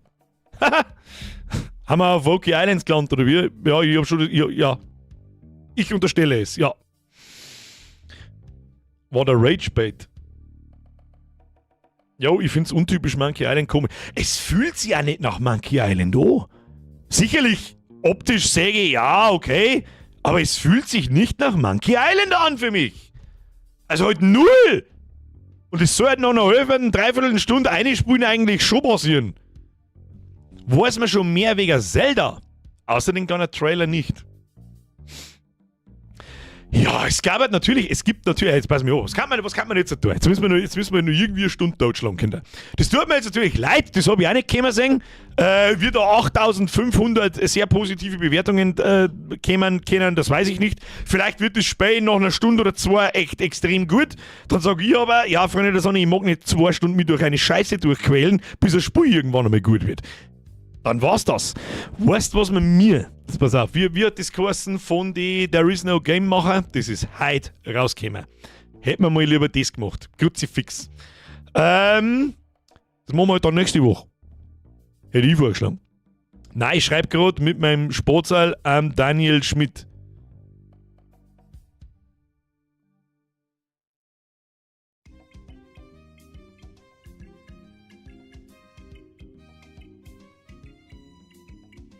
Why are you gay? Einer hat vorher geschrieben, die Ponier, die habe ich alle auf der Liste. Alle. Randalls Dingsbums Monday habe ich oben. Time irgendwas, das zum Ziehen. Ja. Crushed in Time, glaube ich, heißt es. Crushed in Time. Ja! Crushed in Time. Oh, das ist ja noch obergesetzt. Bis 24. Juni. Weißt du was, da schauen wir uns jetzt einfach schnell einen Trailer an, damit ja jeder weiß, was gemeint ist. Das schaut nämlich wirklich innovativ und witzig und nach einer cleveren Idee aus. Und There Is No Game, das wir vor 3 Wochen fertig gespielt haben, das war wirklich grandios gut und voll mit so viel witzigen Ideen, dass ich überhaupt erst wieder drauf gekommen bin. Scheiße, spielen wir ein Adventure, das ist absolut geil. Das ist selber zum Spielen geil, das ist zum Zuschauen geil, weil ja jeder mitraten kann und so weiter. Und deswegen schauen wir uns jetzt, da müssen wir jetzt schauen, dass da nichts ist, was kann man so geht. Machen wir das zu. Das tun wir da oben. Wunderschön. Und dann machen wir so. So. Bin ich da? Ja, da bin ich da. Achtung, anschauen! Schaut nämlich witzig aus. Da muss ich direkt einmal schnell auf Pause drücken und das habe ich vorher gemeint. Früher haben diese Adventures ja alle diesen verzogenen, absurden Zeichenstil gehabt, wenn du die Tiere hinten anschaust. Also, weil sie so schräg ist und so ein bisschen übertrieben ist und so. Deswegen finde ich jetzt einen Zeichenstil in dem neuen Monkey Island, was wir uns gerade angeschaut haben, finde ich eigentlich, ja, es ist okay. Es ist nicht schlimm. Er ist nicht super geil, aber er ist auch nicht schlimm. Er ist irgendwie die modernisierte Version davon. Aber theoretisch ist ja auch das da die modernisierte Version davon und die trifft es irgendwie besser. Das erinnert mich besser an Day of the Tentacle, Sam & Max und wie es alle geheißen haben. Monkey Island hat keinen so einen Zeichenstil gehabt früher, mit so verzogenes Ohren und so. Bisschen, aber nicht viel. Genau, und das ist das neue das ist das neue Spiel von den Leuten, die There Is No Game gemacht haben. Und die Krux ist, dass du da mit deinem Finger Sachen ziehst. Und das ist echt eine witzige Idee. Und so halt Rätsel löst. Truly gorgeous. Da ist auch wieder der Sherlock und der Dr. Watson ist wieder dabei. Da bin ich gespannt, wie viel Blödsinn das da wieder. It seems a bit windy today. Wie sollst du da draufkommen und so?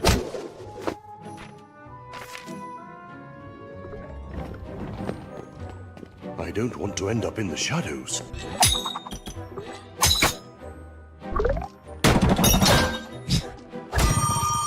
Was das, ich mag gar nicht wissen, wie oft dass wir da sitzen und uns denken, Alter, wer soll denn da draufkommen?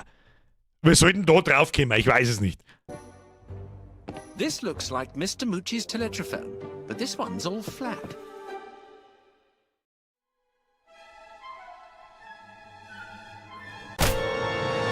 Review bombing! One of the NPCs seems to have completely disappeared from the game. Was ist das jetzt? Somebody do something! Holmes, we've got mail. Let's see what it says. Okay, das ist so ein kleiner Entwickler-Trailer. Wir müssen sehen, ob das Spiel das halten kann. Das stimmt natürlich. Das heißt nicht, dass das da ein super gutes Spiel ist. Aber es schaut interessant aus. Es ist eine interessante Idee. Und wenn ich da drüber nachdenke, wie gut das There Is No Game war mit den Ideen etc., dann bin ich guter Dinge. Und das ist gerade runtergesetzt auf 20 €. Da kann man schon mal hergehen und das werden wir uns nächste Woche anschauen. Hätte ich gesagt gehabt. Ich hatte erwartet, dass Monkey Island mehr von Crushed in Time hat. Der Witz fehlt halt. Und die Witze, die gemacht worden sind, waren einfach nur behindert. Die wir bis jetzt zumindest gesehen haben. Zählt das Super Seducer nicht auch zu Point and Click? Ein bisschen schon, ja. Fucking Super Seducer, Alter. Da habe ich meinen Tinnitus abgeholt, weiß ich noch. So. Und das Mikrofon auf Vollgas gestellt gehabt, dann habe ich mir im linken, ich glaube, dass ich sogar einen Gehörsturz gehabt habe, keine Ahnung. Da hätte mich das war ziemlich am Anfang vom Stream. Wie lange ist denn das schon wieder her? Auch 5 Jahre, keine Ahnung. Da hätte es mich fast in die 2 Stunden vom Hocker abgedreht. Das war knapp, du. So, es war ja letztes Wochenende Summer Games Fest. Sollen wir uns einmal ein paar einzelne, das hat mit Sicherheit nicht jeder verfolgt, sollen wir uns ein paar einzelne Trailer anschauen? Weiß ich nicht. Wann ist die Sommerpause? Ende Juli oder Anfang August? Jetzt mal wieder, dass es mich da durcheinander hat. Ich bin einfach im August nicht einen einzigen Tag da. Dann weißt du das. Je nachdem, ob der letzte Tag im Juli ein Montag oder ein Mittwoch ist, ist da der Montag oder der Mittwoch. Und das Einzige, was dieses Jahr passieren wird, ist, ich bin am 31. August wahrscheinlich wieder da. Ich schätze, der letzte Stream ist am 29. Juli und der erste Stream ist am 31. August. Ja, machen wir. Fliegst fort, bis jetzt haben wir noch nichts gebucht. Kronos bekommt eine Fortsetzung, Trailer gesehen? Ja, ist aber nur ein Teaser-Trailer. Paar Trailer besänfen, das mit dem Tinnitus war 2019. Nein, das glaube ich nicht. Nein, das glaube ich nicht. Da schaut jetzt noch Super Seducer was. Super Seducer. Das war 2021. Liegen wir nicht an. Liegen Sie mich nicht an! So, was ist mal mit Exit 8 oder so? Kenn ich nicht. Frage, was hältst du von WoW Classic Plus? Da es da noch keine Inhalte dazu gibt, heute davon absolut gar nichts. Und generell gesprochen, die Zeit ist, glaube ich, gekommen, ich spiele WoW seit der Beta. Das bedeutet seit 2004, okay? Das sind 22 Jahre. Dieses Jahr, dieses Add-on, Midnight, ist das erste Add-on. Ich habe mich aufgelevelt, bin 2 Dungeons gelaufen und habe mich gefragt, was mache ich hier, Alter? Das ist seit 20 Jahren, ja, oder seit 15 Jahren das gleiche Spiel. Ich habe keinen Bock mehr. Und Classic reißt da auch nichts raus. Seien wir uns ehrlich, Classic, ja, der Reboot da 2018, wie es das erste Mal gekommen ist, das war ganz nett, war ein netter Nostalgie-Flashback. Der ist übrigens auch schon wieder 8 Jahre her. Oder 7 Jahre her, ist ja scheißegal. Mit WoW Classic ist so stumpf und so lame, dass ich das Kotzen kriege. Nein, da muss ich speien. Tu ich nicht mehr. Zeitverschwendung. Brauchst einen Monat, bis du Level 60 bist. Schau dir mal den Trailer von Whalefall an, bitte. Ist zwar ein Film, aber ist der Garrett. Das Barnacle, ich weiß nicht, was du damit sagen möchtest. Ich suche mal was. Was sucht man jetzt nacheinander aus? Bleibt zusammen, genießt die Ruhe mit den Vierbeinen. Das wird wahrscheinlich passieren, aber die Bürgerin hat schon so ein bisschen angedeutet, so mit ihr glaube ich, das gut, dass wir fortfahren. Also werden wir wahrscheinlich irgendwo hinfahren, aber nicht wie sonst 10 Tage oder irgend sowas, sondern vielleicht bloß kurz. So, jetzt passen wir auf. Werden wir Ocarina of Time irgendwie im Stream spielen, Herr Andal-Klinke, da kannst du mal sowas von Gift draufnehmen, das bloß noch raucht. Okay? Schauen wir uns doch da mal kurz Folgendes an. Jetzt pass auf. Ocarina of Time. Denn, jetzt pass auf, ja, leider ist es ein bisschen zugehängt. Pass auf. Kann man es sehen da hinten? Ich hab da 5 Poster hängen. Die hängen da jetzt seit über 5 oder 6 Jahren. Das sind in meiner Welt die 5 besten Spiele, die jemals gemacht worden sind. Ocarina of Time, früher mal World of Warcraft, The Witcher 3, Secret of Mana und da hinten hängt Skyrim. So, damit wir uns da gleich mehr auskennen. Und die Poster, die da hinter mir und da an der Seite hängen, die kennt alle, die hat man schon öfter ein paar Mal gesehen. So, was wir uns jetzt anschauen. Genau, das schauen wir uns jetzt an. Problem wird halt, ich muss mir eine Switch ausleihen. Aber egal. Ich finde, diesen Trailer soll halt jeder gesehen haben. Zu diesem Spiel, das wir da jetzt gleich sehen, verbinde ich sehr viele, sehr gute Kindheitserinnerungen. Ein paar schlechte. Wassertempel. Sie wissen schon. Achtung. Na, so geht's nicht. Wieso ist da kein Ton? Long ago, there was a land called Hyrule, created by beings of supreme divinity. At the very edge of this kingdom, there lay a small forest. Within it, an ancient solitary tree quietly watched over the inhabitants of the forest.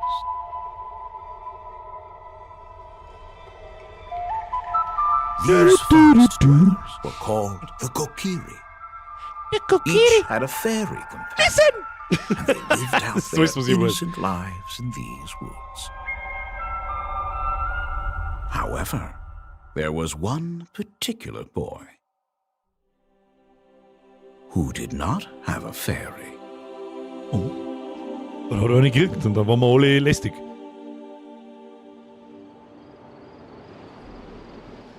Den Screenshot, den müssen wir nachher dann nochmal her, aber da gibt es ein bisschen was zum Song dann. Das verstehe ich nicht ganz, was das bedeutet, aber das bedeutet wahrscheinlich so, Alter, du bist der Auserwählte, weißt du das bloß nicht? Ah, die Musik.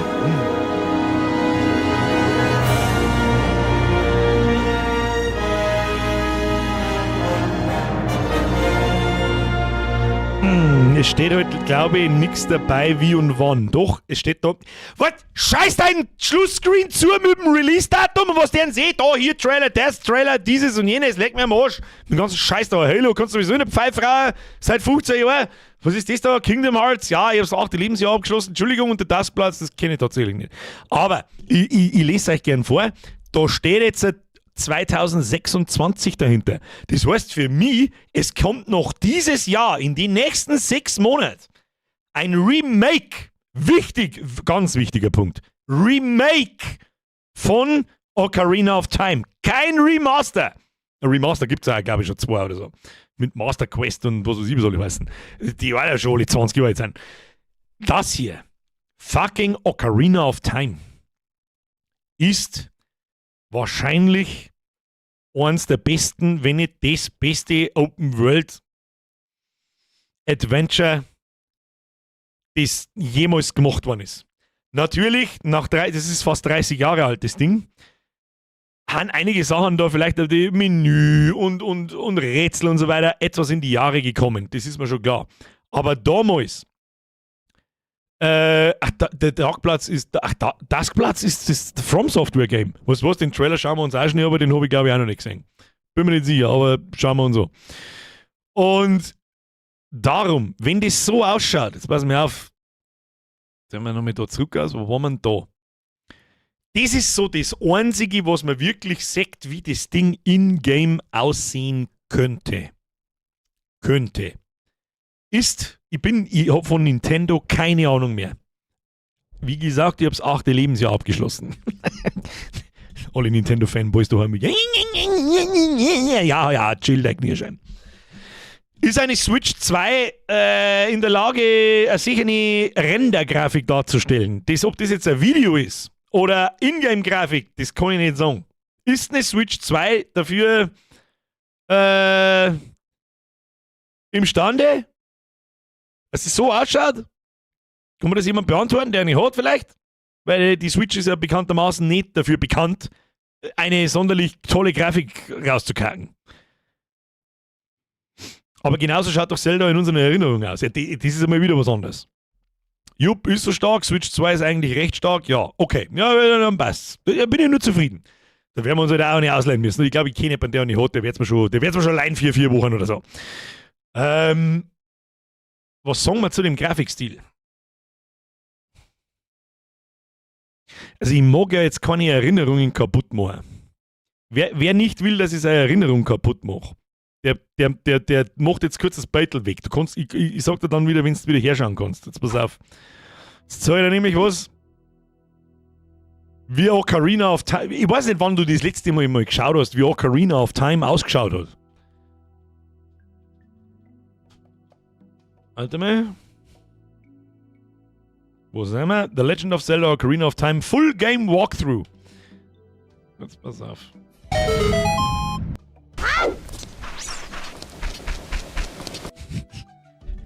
Jeder, der das Spiel früher gespielt hat jetzt allein bei den 2 Sounds, die da gerade gelaufen sind, ein kleines Zeit in die Hosen gekriegt und es hat ein bisschen Gänsehaut geleuchtet.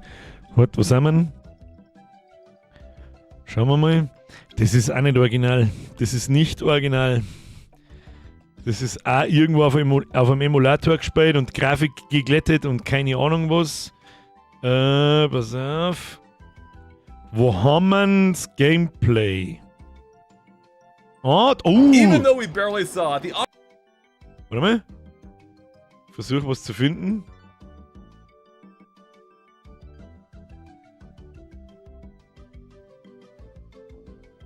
Wo ist Gameplay? Hallo? Können wir mal OG-Gameplay vom Nintendo 64 kriegen? Danke. Und nicht irgendeine aufbrezelte Scheiße, so wie es nicht ausgeschaut hat damals.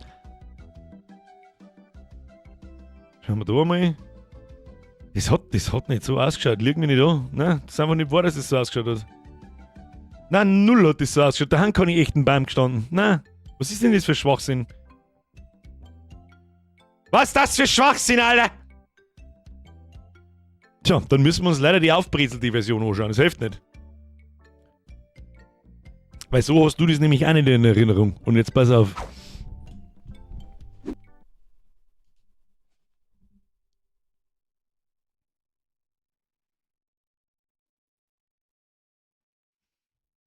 Ton.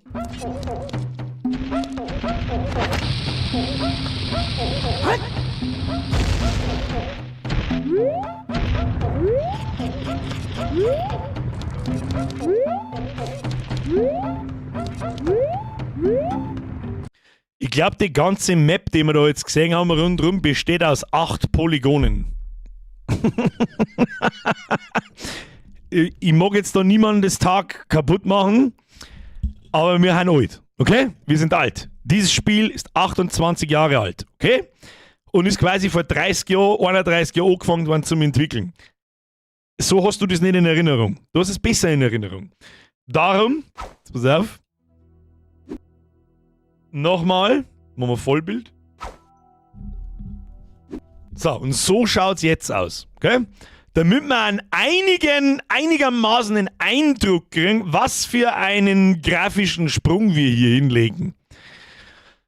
Und ich bin mir nicht sicher, ob ich das gut finde, wenn das so realistisch ausschaut.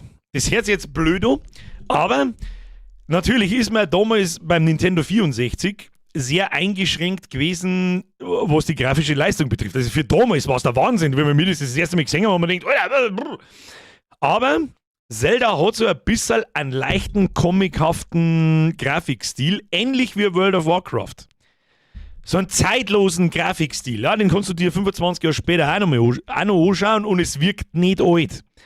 Weil eben sein Mütze sehr comichaft, eher relativ comichaft, der Kindergesicht, alles recht comichaft. Aber das da, das ist nicht mehr gar nicht mehr comichaft. Das ist schon Fantasy-like natürlich, aber es schaut alles realistisch aus. Und ich weiß nicht, ob das die richtige Wahl ist, um Ocarina of Time zu remaken. Ich weiß es nicht. Ich weiß es nicht. Damals hat man sich gedacht, besser wird's nicht. Ja, ich weiß noch, wie 1998, da habe ich eine Voodoo 3 Monster-Karte gekriegt für meinen PC und dann habe ich FIFA 98 gespielt und habe zu meiner Mom gesagt, da schau mir das so, die schauen alle aus wie echt. Sollen wir uns mal schnell FIFA 98 anschauen? kriegst einen Vogel. Ich weiß nicht, was ich vom Grafikstil halten soll. Auf der einen Seite ächze ich mein Leben lang schon nach einem erwachsenen, finstern Zelda. Das haben wir so ein bisschen gekriegt mit Twilight Princess auf der Wii. Weiß ich noch, habe ich mich gefreut, habe ich auch gut gefunden. Aber bei Ocarina of Time, finde ich, ist der Charme der Grafik, der ist echt wichtig. Und ich bin mir nicht sicher, ob das so funktionieren kann. Ich weiß es nicht. Ich weiß es nicht. Aber es schaut nicht schlecht aus. Es schaut nicht schlecht aus. Es müsste ein bisschen freundlicher sein. So. Es ist, da wachen wir ja gerade auf. Das ist der ganze Anfang von Ocarina of Time. Da wachst du in dem Kikiri-Dorf auf, wenn ich mich richtig erinnere. Und da ist ja eigentlich schon nur ein bisschen Friede, Freude, Eierkuchen so. Hat es zumindest damals schon vermittelt. Fantasy, kleines Waldteil, überall kleine Kobolde. Und das da schaut ziemlich finster und duster aus irgendwie. Was sei nicht. GTA San Andreas haben wir auch ich bin also der Meinung, dass GTA San Andreas noch gar nicht so alt ist. Nein, das ist 21 Jahre alt. Ja, okay, ich geh dann. Bueno, in der Berufsschule haben wir darüber geredet. There Are Here soll angeblich übrigens voraussichtlich am 30. September kommen. Das heißt, der Oktober wird vielleicht sehr übel. Woher haben Sie diese Info? Wo steht das? Riese Mac? Passt besser zu Majora's Mask ein wenig finster. Das stimmt. Majora's Mask habe ich als Kind nie durchgespielt, aber ja, stimmt, Majora's Mask war um einiges finsterer als Ocarina of Time. Ja, lässt einmal über die WM. Ehrliche Frage, interessiert irgendjemand das die WM? Ist irgendjemand so, geil, das fängt morgen an, geil, Fußball. Irgendwer? Ganz ehrlich, das interessiert mich Scheißdreck. Null. Hast du schon mal unsere Gruppen angeschaut? Gewinnst bei mir Coconut Country oder irgendein Scheiß. Keine Ahnung, Consuela, was weiß ich. Und Südafrika, das ist ein Bullshit. Da wollen wir das ja nicht aus der Gruppe rauskommen. Dann ist mal wieder Zeit für ein WM-Video, Freunde der Sonne. Sau, ja, dankeschön. Dankeschön, Haflo, dankeschön. Nein, Fußball schon seit 1995 nicht mehr. Joachim, wie alt bist du? Bitte sag 31, weil dann reißt es mich. Nein, am 20. kommt die 11. aus. Nein, am 20. kommt die 11. aus. Ich weiß nicht, was du meinst damit. Ich habe grundsätzlich kein Interesse im Fußball. Früher habe ich mir das nur wegen den Grillpartys und dem Bier geschaut. Wenn man dann erwachsen ist, kann man endlich auch grillen und Bier saufen ohne Fußball. Geil. Nicht nur dieses Jahr nicht. Schau nie WM. 42, okay, 42. Lesen mal Donos. Herr Kais. Grüezi, fix nochmal. Wuderer! Ich hab so viele Leute übersehen. Wie viele habe ich übersehen? Grüezi, fix, wie viel waren das? Hat sich das Psuffer ja offen. Frau Herzinger, wo muss ich denn? Der Dummsuff-Sekt, der Ogmanik habe ich nicht mehr gesehen, DJ Wookie habe ich nicht mehr gesehen, von hinten. Hab dritt! Spät, aber doch, was habe ich versandt? Oh, der von hinten ist, glaube ich, schon wieder weg. Der hat sich als erster abgemeldet, da habe ich dann gespannt mit. Ich glaube, dass das Spiel nichts ist, das wir heute spielen. Alles Gute nachträglich und gelacht wird nie alt. DJ Wookie, Kuss auf die Nussmesse für den Zwickel. Ogmanik, alles Gute nachträglich. Lieber 40 und würzig als 20 und ranzig. Ich war mit 20 aber auch schon ranzig. Was tue ich jetzt? Ich bin ranzig und würzig. Ich bin quasi rützig. Merci dir. Tums auf Sepp, merci für 51 Monate. Geil, endlich zockst du es. Hab's auf der Playsee auf Platin.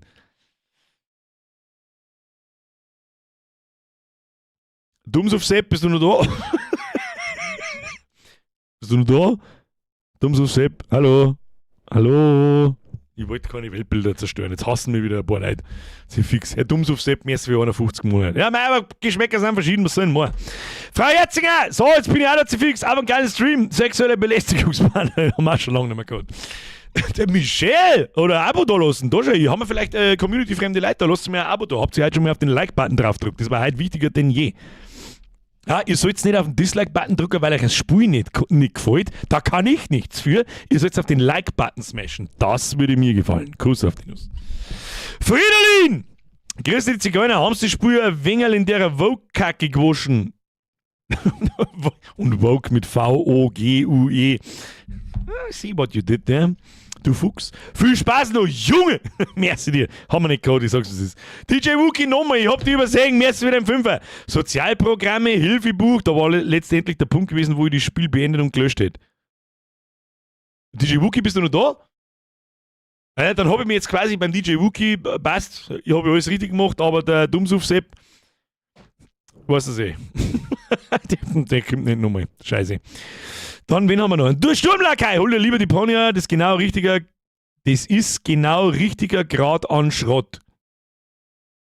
Sturmlakai, ich weiß nicht, was man damit sagen möchte. Ich habe schon wieder so viele Sätze gelesen, wo ich mir gedacht habe, was schreibt es denn für ein Zeug zusammen? Die Ponja steht auf der Liste. Aber ich denke, dass wir mir als nächstes das circa die Spieler spielen. Crushed in Time heißt's. Da Opa schon wieder, merci wieder €1. A pile of poop with a face. Dankeschön. Henkerchief, du bist ja schon 1000 Jahre dabei. 88 Monate, Kuss auf die Nuss. Kruzifix, da schaust du rein und der Chef schimpft schon wieder. Ja, ganz was Neues. Merci dir. Herr Kais, merci für 86 Monate. Spielt Monkey Island in England bei den Inselaffen? Nein. In der Karibik, selbstverständlich. Wuiderer, jetzt du, hoffentlich bist du wenigstens noch da. Da habe ich einfach einen 10er Weg ignoriert, Kruzifix. Und das ist seine erste Dono auch noch, schreibt er. So, meine erste Dono überhaupt. Bürger, schon mal alles Gute nachträglich zum 80er. Ficken Sie sich. Ich schaue jetzt schon seit Dead Space zu. Oh, das ist wirklich lang. Das war das zweite Spiel, das wir jemals ernsthaft gespielt haben. Jeden Tag seit 7 Jahren. Du hast meine Berufsschulzeit verschönert. Merci für alles und auf die nächsten 7. Das mag ich hoffen, Herr Wilderer. Kuss auf die Nuss. So, das Zirke, die Spiel da ist auch gut. Ja, das war jetzt ein bisschen unglücklich ausgedrückt, Knicker der Löwenmann. Bin natürlich noch da. Der Wilderer ist noch da. Ja, passt. Passt, gut gegangen. So, also, ich sag's euch gleich schon, wie es ist. Bevor ich mir natürlich eine Switch 2 werde ich mir nicht kaufen, weil da gibt es keine einzige Spende, die mich interessiert, außer Ocarina of Time. Und das glaube ich, sage ich schon seit 5 Jahren, dass ich da auf ein Remake warten darf. Und jetzt ist es endlich soweit. Mir wundert es, dass das fast 30 Jahre dauert. Das werden wir selbstverständlich spielen. Selbstverständlich spielen wir das. Und da werde ich aber abwarten, zumindest in der ersten Woche. Ja, nein, eigentlich nicht. Ich werde mir von irgendwo Switch 2 ausleihen und dann spielen wir es. Okay? So. Hast du mitbekommen, Warhorse arbeitet an Cassidy 3 und Herr der Ringe Spiel, hab Angst, die werden zu gierig. Stimmt, haben wir am Montag drüber gesprochen, glaube ich. Das ist genau das gleiche habe ich nämlich auch gesagt. Bitte übernehmen Sie sich nicht, weil eine DLCs waren unter aller Sau. Unter aller Kanone waren die. Wie schaut es eigentlich aus mit dem neuen Stronghold? Interessiert mich überhaupt nicht. Die letzten Strongholds, da wurde so oft reingeschissen, dass mich Stronghold einfach nicht mehr interessiert. Der Extremmann schreibt, ich muss jetzt pennen. War mir eine Ehre, wieder kurz da gewesen zu sein. Ich schaue, dass ich vielleicht öfters komme, aber muss leider schauen wegen Zeit. Ich glaube, dass das alles gelungen ist. Du hast einfach nach einem Jahr, war da langweilig, hast du denkst, der Fettsack im Internet, der streamt umeinander. Schauen wir uns dieses an. Oh, der redet überhaupt nichts über Leberkasse mit einem Franziskaus. Das verstehe ich nicht. Na, das sage ich jetzt einfach, ich muss ins Bett und habe nicht so viel Zeit. Bis zum nächsten Mal. Hauen Sie sich weiter, bis zum nächsten Mal, Haltieri. Auf der zweiten gehen die alten Spiele, auf der Zweier gehen die alten Spiele auch. Es gibt da kein altes Switch-Spiel, das mich interessiert. Nicht eines. Nicht ein einziges. Nein, auch kein Breath of the Wild. Und ich weiß schon gar nicht mehr, wie das neueste Zelda überhaupt heißt. Breath of the Wild ist in meinen Augen das schlechteste Zelda, das jemals gemacht worden ist. Das ist ein anderes Spiel. Das ist für mich ein anderes Spiel. Da hat man einfach bloß einen Link genommen und Prinzessin Zelda und hat es da reingeschissen und hat ein anderes Spiel rausgemacht. Dreck, für mich. Birger, sag uns doch mal War Dogs, was du so begeistert warst. Oh, der James hat doch endlich eine Ahnung. So, jetzt passen wir auf. Kennt irgendjemand da drin War Dogs? Spielt hier drin irgendjemand gern Battlefield, Tarkov, DayZ, vielleicht so ein bisschen Arma und Call of Duty und Shooter und kennt War Dogs nicht? Bitte Hand hoch. Einen flauschigen Pinguin nicht vergessen. Was war mit dem? Das war mit dem stimmt, da war der flauschige Pinguin, ja. Ich weiß, was du meinst. Jupp, zeig her, hier, Taskplatz nicht vergessen. Ist auch nicht so schlimm, es kommt nur für Switch. Das interessiert keinen. Kein War Dogs nicht, ja, bin nur da. Der Wookie ist da, passt. Alter, was hast du für Verzögerung drin? Das habe ich vor 5 Minuten gesagt. Durch Zelda Breath of the Wild habe ich überhaupt angefangen. Habe es bereits mit Zelda Twilight Princess versucht und ich habe es gehasst. Ja, manche Leute wollen diese 0815 Open World Scheiße, manche Leute wollen ein Zelda. DayZ, hier War Dogs kenne ich nicht, DayZ. Ja, DayZ ist vielleicht der schlechteste Vergleich noch zu allem. Es ist ein Shooter. Schauen wir uns mal War Dogs an. War Dogs. Gameplay-Trailer macht einfach alles richtig. Woher möchtest du das wissen, Holy 13 Gaming? Pre-Alpha Gameplay, wo ist denn mal so ein kleiner Trailer? Pre-Alpha Announcement. Das war vor 2 Tagen. Schauen wir uns doch das einfach einmal an, wie das Ding ausschaut. Damit du mal, und dann kann ich ein bisschen was dazu sagen, ohne dass wir uns jetzt die ganzen Videos anschauen müssen, weil die dauern alle ein bisschen. Und da redet lieber ich alles kaputt.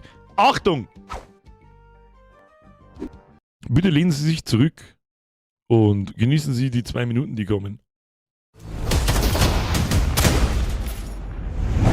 War Dogs is a tactical, all-out warfare FPS, where 100 players split across 3 teams fight over one control zone to earn themselves cash.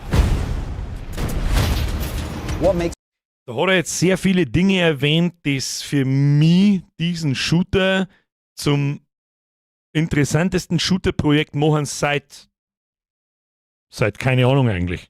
War Dogs unique is its underlying persistent economy. Every life you spend in-game cash, building your own custom loadout, purchasing whatever equipment you want to suit your playstyle. You then earn cash by performing any team play action in the zone, such as spotting and killing enemies, reviving and healing teammates, driving or piloting friends to the control zone, or building bases and even resupplying and selling items to other players. Anything that helps your team win earns you cash, with profits from every game banked into your account to spend in your next match or next time you play. Investing in better equipment is risky, but the right choice at the right time can yield massive returns. So, das Wichtigste, was ich gleich sagen will, weil da der Havlo 42 schreibt, hört sich PUBG als Extraction-Shooter? Nein, es ist kein Extraction-Shooter, es ist kein Battle Royale. Das ist das Allerwichtigste. With its unique cash system, 100 players fighting across 3 teams, destruction, base building, playstyle freedom, with unlimited squad sizes and proximity chat. 46 Northeast. War Dogs is a new twist on the FPS genre, made for people like us who are tired of seeing AAA Battle Royale and extraction shooter clones. Straight up, War Dogs isn't a game made for everyone. Instead, it's a grounded, hardcore shooter that doesn't forget it's a game. We're making what we want to make and play with FPS players that get what we're trying to do. War Dogs is coming to early Ich gebe am Sprengi recht, das war auch mein erster Gedanke. Er schreibt folgendes: Ich richte den Pay-to-Win-Shop bis daher. Sage ich gleich was dazu. Access later this year, and we're opening our closed pre-alpha testing to new players this month, which you can sign up for right now. This is the new face of tactical all-out warfare. This is War Dogs.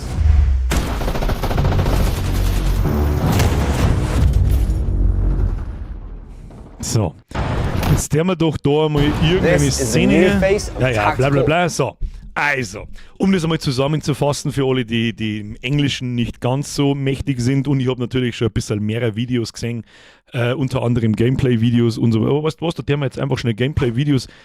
Trailer können sie alle. Ja, jetzt pass auf, es gibt, die haben erst übers Wochenende, haben es eine 35 Minuten lange oder 30 Minuten lange, wo ist denn? Wo ist es denn? War Dogs Pre-Alpha Gameplay. Das lassen wir jetzt einfach mal im Hintergrund laufen. Zack, den haben wir mal daher und dann verzeihe ich ein bisschen was dazu. So, mal das Allerwichtigste. Hoppala, was tun da? That's what she said! So, den wir mal Quali hinterstellen. Warum ist die Quali auf Chernobyl? Was soll die Kacke? Hallo? Qualität hochdrehen, bitte. Warum macht das nicht? Irrzeit. Also, jetzt mal so. Es ist Battlefield. Der Spielmodus ist wie im Battlefield. Es gibt Zonen auf der Map, es gibt aber 3 Fraktionen, nicht bloß 2, die sich um das Ding streiten. Das ist einmal das Erste. So, das ist einmal der generelle Spielmodus. Auf dieser Map rennen 100 Leute umeinander. 100 geteilt durch 3, ich weiß schon, die Rechnung geht nicht ganz auf, hat der Staudi auch geschrieben, ich weiß nicht, wie sie es regeln, ist mir aber auch wurscht. Gibt es da eine Roadmap zu? Sieht die erstmal interessant aus. Helis etc. war interessant. Es gibt da offizielle Internetseiten, einfach mal bei Google nach War Dogs suchen. Wie heißt, warte, da muss ich jetzt schnell schauen, wie heißt der Entwickler, wo ist denn jetzt mein Mauszeiger? Hallo. Machen wir schnell so, dann haben wir da, wie heißt der? Bulkhead. Bulkhead heißt der Entwickler. Und da kann man sich auch für den Playtest anmelden. Und ich glaube, da gibt es auch eine Roadmap und so. Es gibt einen Discord-Server, wo ständig Patches und Ankündigungen und was weiß ich, was alles kommen. Und wo man das so ein bisschen verfolgen kann. So.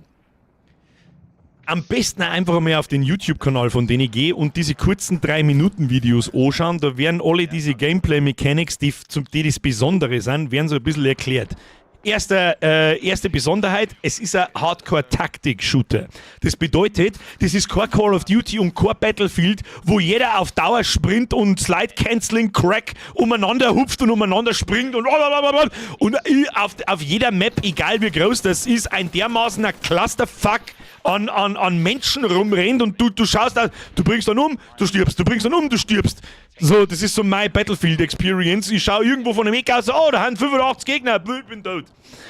Und da ist halt das nicht so. Das ist eben so wie ein Arma oder wie ein Tarkov, dass da eine riesengroße Map ist mit großen Flächen und so weiter.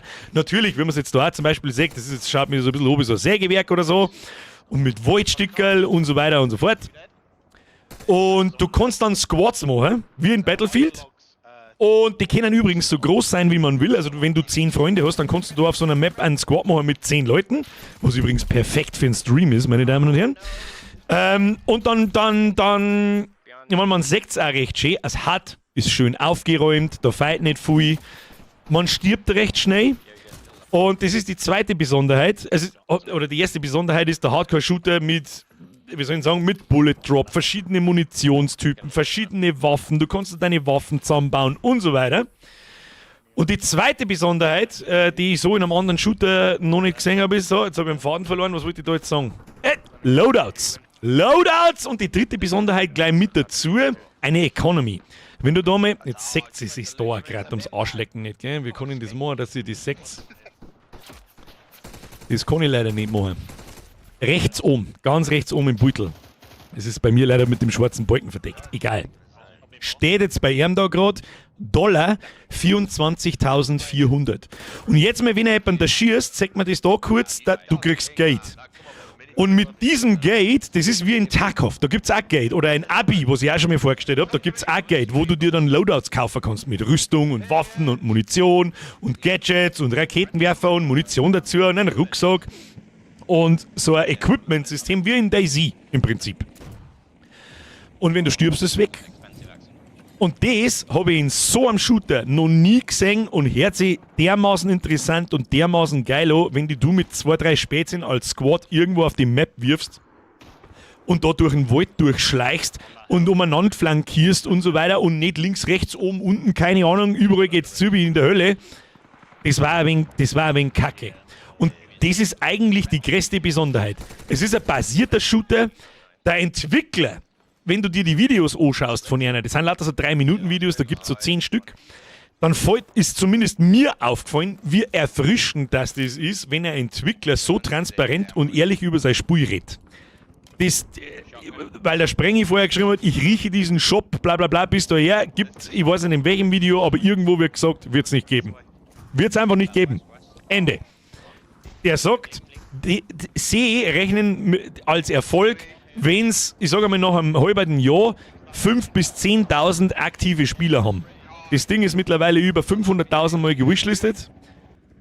Und ich glaube nicht, sie machen, ich habe das Gefühl, ich kann es natürlich auch nicht sagen, weil ich kann auch in die Kamera reinlabern, wenn ich lustig bin. Habe ich das Gefühl, ich glaube das einigermaßen. Und es gibt keine Bullshit-Skins. Als Datens alles mit Absicht, wie soll ich sagen, mit Absicht anders machen wie alle anderen. So, da Battlefield hat auch gesagt, es gibt keine quietschi-bunti-Skins. Ja, ein Jahr später schaut das schon wieder ganz anders aus, bla bla bla. Kann da auch passieren. Ich leg da mein Handy ins Feuer, ist schon klar. Aber vielleicht meinen sie es ja wirklich ernst. Man muss schon mal erwähnen, dass es Ingame-Aufnahmen gibt. Ja, das da. Das ist allerdings auch noch nicht alt. Das gibt es, glaube ich, erst seit ein paar Tagen, das Ingame-Video. Und das sind keine Streamer, das sind Entwickler selber. Da habe ich auch so ein Geschmäckle, so. Wer weiß schon, auf was für Rechner das die spielen, dass das so flüssig ist und so weiter und so fort. Das ist eines der wichtigsten Dinge, dass so ein Shooter nicht mit 100.000 Lag umeinander pimmelt und sich halt einfach schön spielt. Aber alles, was ich sehe, schaut gut aus. Grafik ist jetzt nicht so der Überwahnsinn, dass ich sage, leck mir am Arsch, aber das ist mir auch nicht wichtig, wenn das Gameplay geil ist. Vierte Besonderheit, zumindest in so einem Shooter, es gibt Basebuilding. Du kannst, warte mal, sehen wir den Turm vielleicht noch einmal. In dem Trailer, den wir gerade angeschaut haben, da gingen doch einmal 2 so Soldaten hin und brechen mit dem Stemmeisen ein Tier auf. Das war so ein Turm, das war eine Base, gebaut von Spielern. Und nicht, ich stelle da auch so ein Gebäude hin und dann steht das da, sondern das ist modular. Also diese Sandsackel und so weiter, du kannst da eine Base bauen. Und was auch ganz cool ist, Geld verdienen tust natürlich nicht nur für Leute umbringen, also da schießen halt und so, sondern ein Medic kriegt zum Beispiel auch Geld, wenn er da jetzt jemanden rettet. Ja, das wegziehen und er rettet jemanden, dann kriegt er Geld oder er stirbt. Und was cool ist, der Gerettete kann dann mit Tastendruck demjenigen eine kleine Donation geben. So, ja, da kriegst du $100, weil danke. Und lauter so ein Scheiß. Als Helikopterpilot, das ist nicht so, du spawnst da mitten in der Map, sondern du spawnst irgendwo am Anfang von der Map und musst die dann da Viere transportieren lassen. Dann gibt es Heli-Spieler, die das vielleicht super gut kennen, da sitzen 8 Leute drin, der fliegt die Viere ins Einsatzgebiet, legt die ab und fliegt wieder nach Hause. Wie verdient der sein Geld? Jede einzelne Person, der da absitzt, die Kills macht oder irgendwelche Objectives macht, mit denen verdient er Geld, weil er es Viere geflogen hat. Und lauter so ein Scheiß. Und das hört sich so fucking interessant an. Dass ich mir denke, wieso hat denn das bis 2026 gedauert, bis wir auf solche Ideen kommen, dass wir uns die besten Elemente von den besten Shooter der letzten 10 Jahre nehmen und da endlich einmal was Erwachsens Cooles draus machen, ohne dass in 2 Wochen irgendwelche pinken Hasen und Einhörner rumschießen. Oh, man ist offensichtlich auch ziemlich schnell tot. Was auch gut ist, also gehört auch so, dann rennt nicht jeder übereinander, wie es ihm passt, aber keine Ahnung. Einfach, weil das andere genug Geld generiert hat. Ja gut, das stimmt im Grunde. Wie heißt das nochmal? Das Spiel heißt War Dogs. Da hat mir der Flaschheit geschrieben, das ist der einzige Kritikpunkt, den ich bis jetzt gefunden habe, weil War Dogs hört sich so richtig an wie so ein Billo-Spiel. Was ist in dem Spiel? Ist kein Nicki Minaj. Ja, Bernie, dann ist es quasi nichts für die. Ist nichts für die. Gebäude kann man zerstören. Da habe ich gesagt, ist auch dynamisch. Da, wenn er jetzt in das Eck schießen darf, dann bricht es quick. Und lauter so ein Kreis und das schaut richtig gut aus. Das kann man auf alle Fälle ausprobieren. Nimmt man das Geld in die Lobby oder muss man das pro Runde ausgeben? Das ist ein Punkt, das weiß ich nicht. Das weiß ich nicht. Da bin ich auch noch nicht so ganz dahinter gestiegen, wie das mit der Economy 100%ig genau funktioniert, ob du das Geld nur während einer Runde hast oder ob du das auch mit aussehen nimmst. Aber ich habe gehört, dass man theoretisch in dem Spiel Waffen verkaufen kann. Das heißt, du baust dir außerhalb vom Spiel Waffen zusammen mit Attachments und keine Ahnung was. Und dann kannst du in ein Spiel eingehen und in der Startzone eine Kisten droppen mit diesen Waffen, wo andere Spieler diese Waffen kaufen können. Und lauter so ein Scheiß. Also gehe ich schon mal davon aus, dass man das Geld auch mit rausnehmen kann.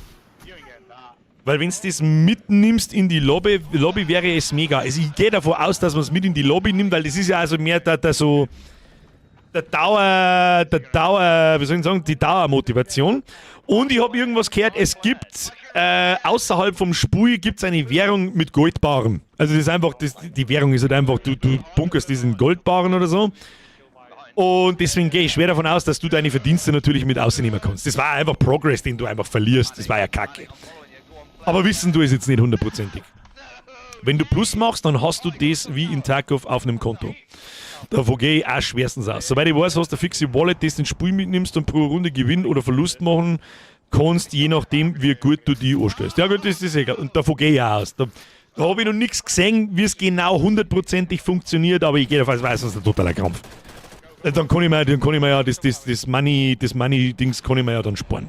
Das ist ein totaler Schmarrn. Aber bis dahin schaut es richtig gut aus. Das hat richtig viele interessante Elemente von anderen Spielen zusammengekratzt. Richtig nice. Shooter von der VR-Bank, oder was? Wie kommst du, die Hanse, die Anspielung verstehe ich nicht. So, aber jeder, der sich das anschauen will, einfach mal nach War Dogs googeln. Da gibt es mittlerweile einige Videos, weil eben jetzt eigentlich dieses Gameplay da ist. Und wenn da der Playtest kommt, das spielen wir im Stream, das stinkt nach Community-Zock, da wird mal wieder ein Server übernommen, hätte ich vorgeschlagen, und dann schauen wir, was passiert. Schaut gut aus. Und ich habe eigentlich abgeschlossen mit Shootern, das muss ich auch dazu sagen. So, dann zeige ich euch jetzt die zwei Trailer, die... Ja, was habe ich am Montag gesagt? Ich glaube, ich habe übers Wochenende mindestens 50 Trailer angeschaut. 50, mindestens.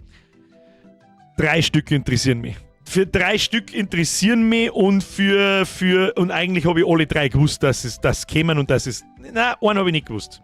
Den schauen wir uns als erstes an.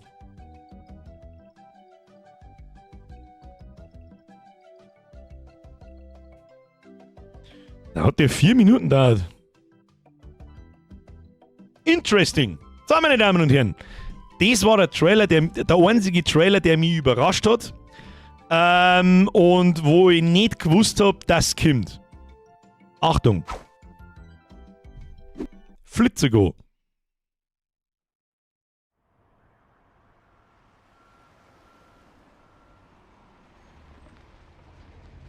Eigentlich hätte ich an der Engine schon erkennen müssen, was ist. Im Nachhinein das zum Sagen ist natürlich leicht.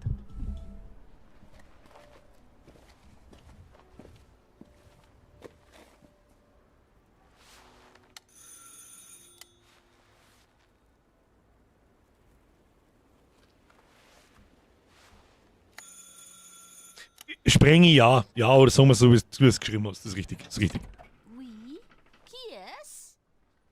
Nicht lauter machen. So, you're the American who called earlier. The sister of the man on the 3rd floor. Ah, welcome to Paris. It's so nice to meet you. Brr, it's freezing. Come in. Come in. We don't want you to catch a cold. I hate to say Oma it, ist schon but recht. your brother is, well, quite odd. Sapsis, kann was für die sein.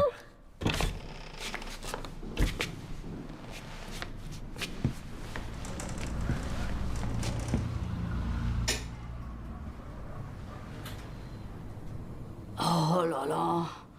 Mais quelle pagaille. Sag Sepp, bis Montag. Merci dir fürs Zuschauen, aber direkt. Mess again. Think, I just cleaned it up a week ago. It's like a boulder rolled through here. Huh? Ah, the delightful biscuit. I'm sure he won't notice if we help ourselves. I'm so sorry. It must be the maintenance man from this morning. Won't be long. I'll bring some nice coffee to go with the biscuit.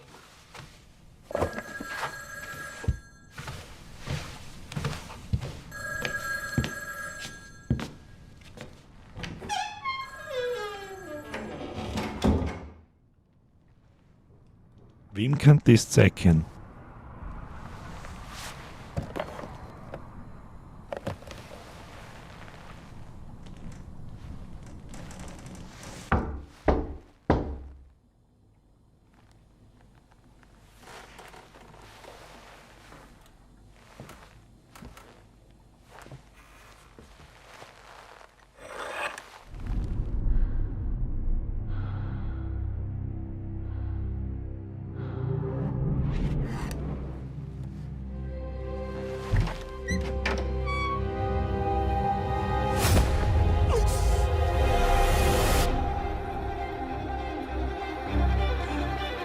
Was ist denn noch gerade? Was ist denn noch gerade?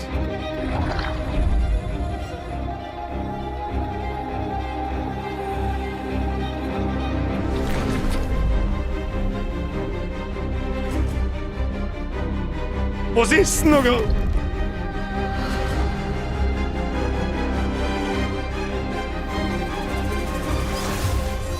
Don't move.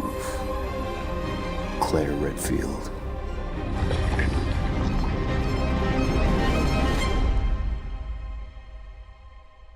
Meine Damen und Herren.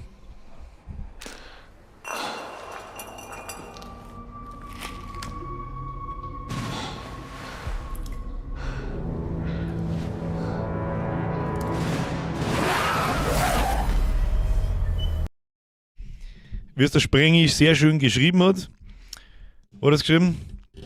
Dass es kommt, war klar. In dem Sinn, ja, dass es irgendwann kommt. Da haben wir ja während Resident Evil Requiem schon ein paar Mal drüber gesprochen, dass wahrscheinlich Veronica als Remake in Arbeit ist und Zero in Arbeit ist und das 10er wahrscheinlich auch schon und so weiter. Aber dachte nur nicht so schnell was Konkretes zu sehen. Exakt. Präsident Stiefel! Veronica, eines der vielen Spin-Offs, die ich nicht gespielt habe, obwohl ich riesengroßer Resident Evil Fan bin, weil ich die Spin-Offs einfach nicht als vollwertige Resident Evils ansehe, aus irgendeinem Grund, auch bis heute nicht. Aber wenn sie jetzt ein Remake machen und das schaut so aus, wie es ausschaut und wie die anderen Spiele auch ausschauen, Mr. Präsident Stiefel, dann volle Kanone rein. So, ich muss mir irgendwas einfallen lassen, wie man das machen, wenn ich da umeinander suche und so weiter und so fort, dass die dann einen Bildschirm wechselt, das schneller geht, damit ich da nicht jetzt hin und her schalten muss. Das war der erste Trailer, freue ich mich, spielen wir, natürlich spielen wir das. Es steht leider noch kein Monat dabei, also es kann theoretisch noch 1,5 Jahre dauern, bis das Spiel kommt. Aber es wäre schön, Februar. Februar ist doch immer ein guter, Februar, März ist aber ein perfekter, da kann man doch einmal mit Resident Evil reintüdeln. Und der andere Trailer... einen davon haben wir uns schon einmal angeschaut. Wo ist er? Wieder gibt's Gameplay. Was gibt's da? First Gameplay Reveal? Most brutal? In a new... Ja, dann werden wir uns jetzt aber das Gameplay anschauen müssen. Foxler, Trivia Fun Fact. Code Veronica ist eigentlich ein Mainline-Game. Eigentlich hätte es 3 sein sollen und der dritte 2,5. Aber wegen der anfänglichen Dreamcast-Exklusivität wurde das geändert. Das habe ich schon mal gehört, aber das ist nicht in meinem Hirn drin so. Das ist nicht in meinem Hirn drin. Aber da haben wir wieder was gelernt. Frau Herzinger, um Gottes Willen. Und alles Gute noch nachträglich, junger Hupfer in your head. Die habe ich komplett übersehen. Frau Herzinger, ich hoffe, du bist noch da.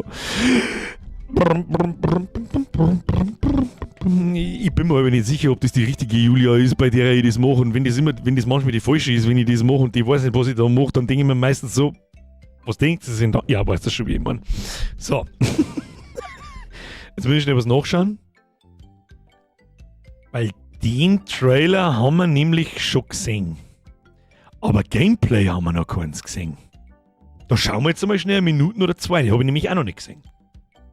Die Videos sind ja erst 3 Stunden alt. Von Enfant Terrible. Das ist ja scheißegal. Aber dann wisst ihr gleich, um was das geht. Achtung. Da ist auch wieder ein Trailer gekommen zu dem Spiel. Den Trailer haben wir uns schon mal angeschaut, vor 2 Wochen oder so, oder vor 3 Wochen. Achtung. Und schon ist relativ klar, um was das geht.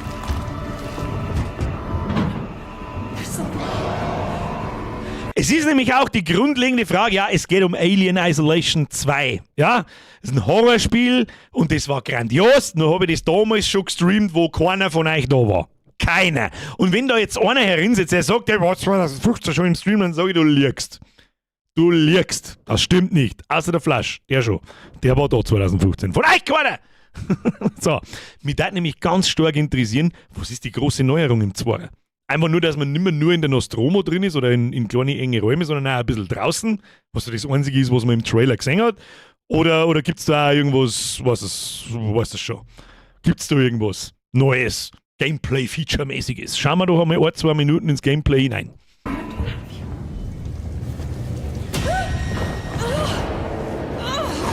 Es gibt auf alle Fälle die Arschloch-Androiden wieder, die so dermaßen creepy und nervig sind, dass es spät ist.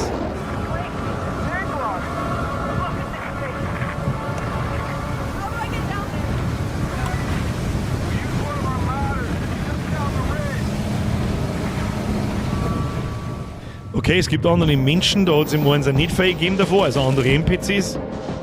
Draußen kann auch ganz komisch sein.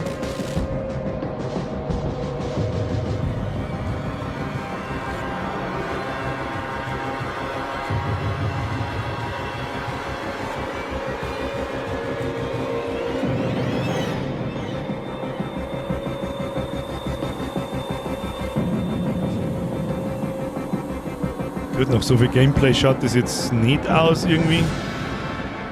Wichtige Information, das könnt ihr lesen, das ist Pre-Alpha Capture, das ist einmal wichtig. Das schaut sehr recht ruckelig aus, irgendwie, also jetzt 30 FPS. Ansonsten sagt man den Feuer aus der Finster und Feuer.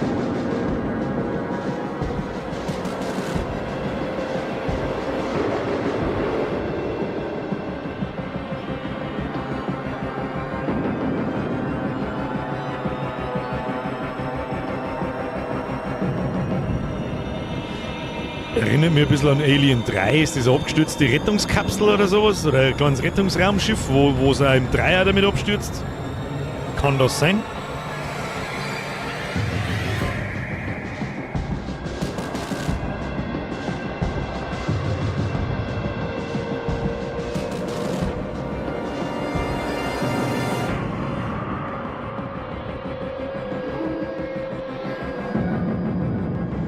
Oh ja, ich sehe uns schon in das Ding da einsteigen und in dem Moment gelangt man es.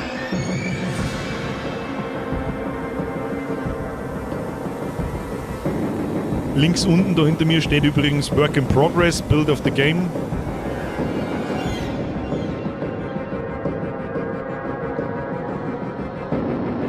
Auf dem Gefängnisplaneten, ja, das war der 3. Teil, wo viele sagen, das ist der schlechteste, aber ich sage, ich finde ihn nicht schlecht.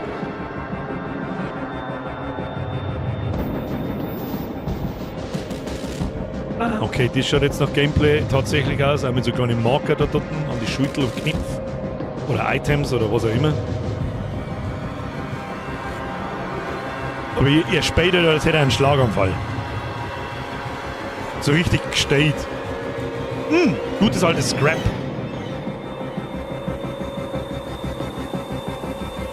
Wo ist die Kryokapselkammer, meine Damen und Herren? Wo? Gut ausschauen tut's. Hat auch wieder den schönen, wie nennt man das? Cyber, Sci-Fi, Punk. Also, wie nennt man das? Old Tech, Sci-Fi Stil. So, wo man 2000 Jahre in der Zukunft zwar ist, aber man hat keine super fancy Glas-Touchscreens und so, sondern wirklich mechanische Knöpfe und mechanische Schalter und Hebeln und so. Retro-Sci-Fi, ja, aber ich glaube, es gibt einen ganz speziellen Begriff dafür. Der glaube ich ist nicht Retro-Sci-Fi, mir fällt der nicht ein. Ja, Hauptsache Lüftungsschächte haben wir wieder, aber wenn kein Schleim aber kommt, dann sitzt es nicht drin, das weiß ich noch. Da, wo PCs also ausschauen, wie aus die 80er und so.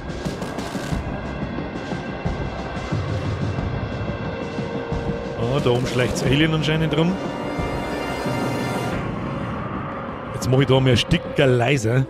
Ich bin halt auch so gespannt, die Alien, der erste Teil war auch so beliebt und so besonders, weil das eine Alien, das die da verfolgt, einfach eine spezielle KI gehabt hat.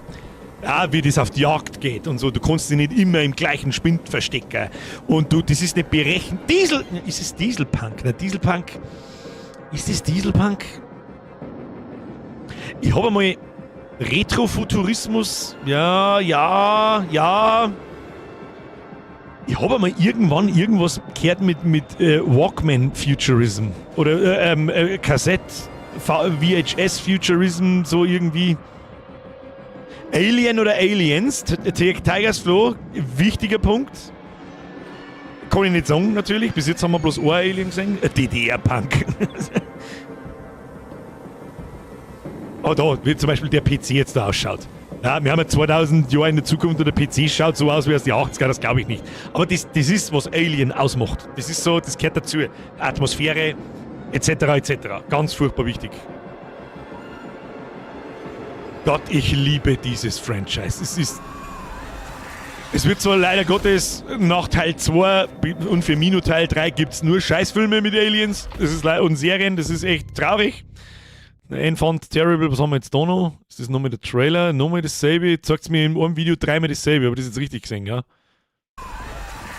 Aber das Alien-Viech wird einfach nicht langweilig. Es funktioniert nach 40 Jahren. Jetzt warte mal. 1979, das muss man sich vorstellen, in den 70ern, ist Alien 1 rausgekommen. Seitdem schaut das Viech aus, wie es ausschaut und ist nahezu unverändert. Nahezu unverändert. Egal wo, egal wann, wenn du dieses Maul aufgesägst und das zweite kleine Maul rauskommen sägst, holst du deine Schnauze. 1979, das ist 47, Kassettenfuturismus. Gibt's den Begriff? Herr Joachim. 47 Jahre alt. Alien 1. Und Alien 1 kannst du dir immer noch anschauen. Immer noch. Es ist immer noch ein solider, zwar natürlich langsam gepaceter Horrorfilm, Peak.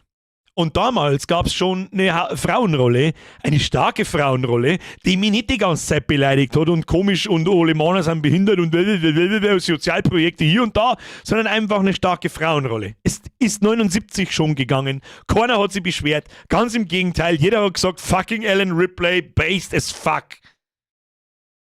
Der gute alte Giga-Xenomorph, ja, sowas von. Also was der Typ für einen Schaden gehabt hat, das weiß ich auch nicht. Aber Gott sei Dank hat er uns das krasseste Alien-Monster-Viech der Filmgeschichte geliefert. Den habe ich nicht auf Video. Also auf Videokassetten habe ich auch gar nichts mehr. Muss ich auch jetzt mal gestehen. Aber Alien 1 habe ich auf DVD. Hab gerade einen Film-Essay ins Discord geschickt. Gaming, wenn du den noch nicht kennst, kann dich interessieren. Schau ich mir noch im Stream an. Wir brauchen noch einen Trailer, den ich wahrscheinlich vergessen hätte sonst. Also so sicher bist, da brauchen wir gar nicht drüber nachdenken. Wir werden spielen Alien Isolation 2, aber das war jetzt nicht sehr befriedigendes Gameplay, muss ich ganz ehrlich sagen. Das hat sehr nach Show-Gameplay ausgeschaut, weil so bewegt sich keiner. Kein Spieler der Welt bewegt sich so wie der da in dem Spiel jetzt. Da hat sich jemand hingesessen, der genau weiß, wie und wo man hingehen kann, wahrscheinlich ohne dass irgendwas kaputt ist. Und ja, es schaut aus, wie ich es mir vorgestellt habe. Aber ich warte noch so auf die neue Besonderheit. Wie krass ist das Alien? Ist es wieder bloß eins? Sind es mehrere? Habe ich wieder diesen bescheuerten Flammenwerfer, der mich unverwundbar macht. Oh, da ist das Alien. Oh Gott, ich scheiße meine Hosen. Nein, ich habe einen Flammenwerfer. Warte mal. Und es ist weg. Das war einfach Kacke. Irgendwie. Sobald du einen Flammenwerfer im ersten Teil hast, war alles für den Arsch. Und ja, generell, so haben wir nach wie vor noch der Ripley, ihre Tochter und so weiter und so fort. Aber wir werden sehen. Werden wir spielen. Was man auf alle Fälle auch spielen, also Resident Evil Veronica, dass man das spielen, dass ich das überhaupt sagen muss, das weiß ich nicht, aber ist ja wurscht. Cyberfox, Wiki! Das, was du meinst, nennt sich Cassette-Futurism. Ist ein Subgenre des Retrofuturismus. Dann ist also Retrofuturismus, Retrofuturism, ist dann der Überbegriff für das, wo ein Alien drin steckt. Ja, okay. Versuche ich mir irgendwie zu merken, falls ich das nächste Mal nicht weiß, dann ist es ein Cyberfox seine Aufgabe, mir zu sagen, Retrofuturismus, Birger. Retrofuturismus. Cyberfox, merci dir. Das hätte nicht 5 Euro kosten müssen, Kruzifix. Stell dir vor, es gab mehrere Xenomorphs. Alter, war das geil. Ich bin mir nicht so sicher, ob das so geil war. Aber das Alien hat ja selbstständig gehandelt. Das war unberechenbar. Das hat Entscheidungen getroffen. So, mal geht's da, mal geht's da. Das hat keine festen Wege gehabt und so weiter. Wir möchten das mit 2 Aliens machen. Ohne dass es unfair wird. War das auch nicht schon so schwer teilweise zum Ausweichen. Aber gut. Jetzt zeige ich euch einen Trailer. Da habe ich gewusst, dass es kommt, aber ich habe noch keinen Trailer gesehen. Achtung.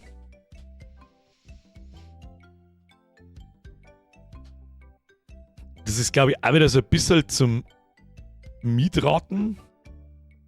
Der war vor 2. Achtung. Da hat mich stark gefreut, weil ich mich, das haben wir, wenn wir zum Streamen angefangen haben, war das eins der ersten 5 Spiele irgendwann. Und da habe ich mich dann so viel beschwert, dass da wird so viel geredet und ich war da noch so auf dem Trip so mit, ich muss hier reden. Hallo, ich bin der Streamer, nicht das Spiel. Mittlerweile ist es ein bisschen anders, hoffe ich zumindest. Ich habe zwar immer mein Futzen noch ununterbrochen offen, aber dann habe ich es an einem Wochenende durchgespielt und habe mich so geärgert danach, dass wir das nicht gestreamt haben, weil das wirklich ein gutes Spiel war. Ein richtig gutes Spiel war. Los geht's. Da kommt was Neues. There is a liar in these tunnels.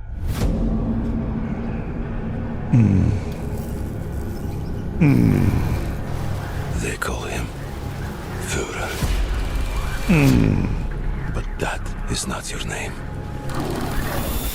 Your name is Hunter. Fucking finally, Erwachsenenspiel, Mann.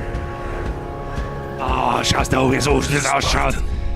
You were a legend. You stood for something. Ja, springe ich hab's auch gehört. But where are the Spartans now? To protect the metro. From you. Gib mir Gänsehaut. You promised a brighter future for our people. Now, the Norai spreads tyranny in your name. You swore to crush the enemy, to face them head on, and guide the metro to the light. Oh, es schaut schon verdammt gut aus, gell? But darkness consumes you. Spreads like a plague. Eats you from within. Every step and every move drowns you deeper in lies.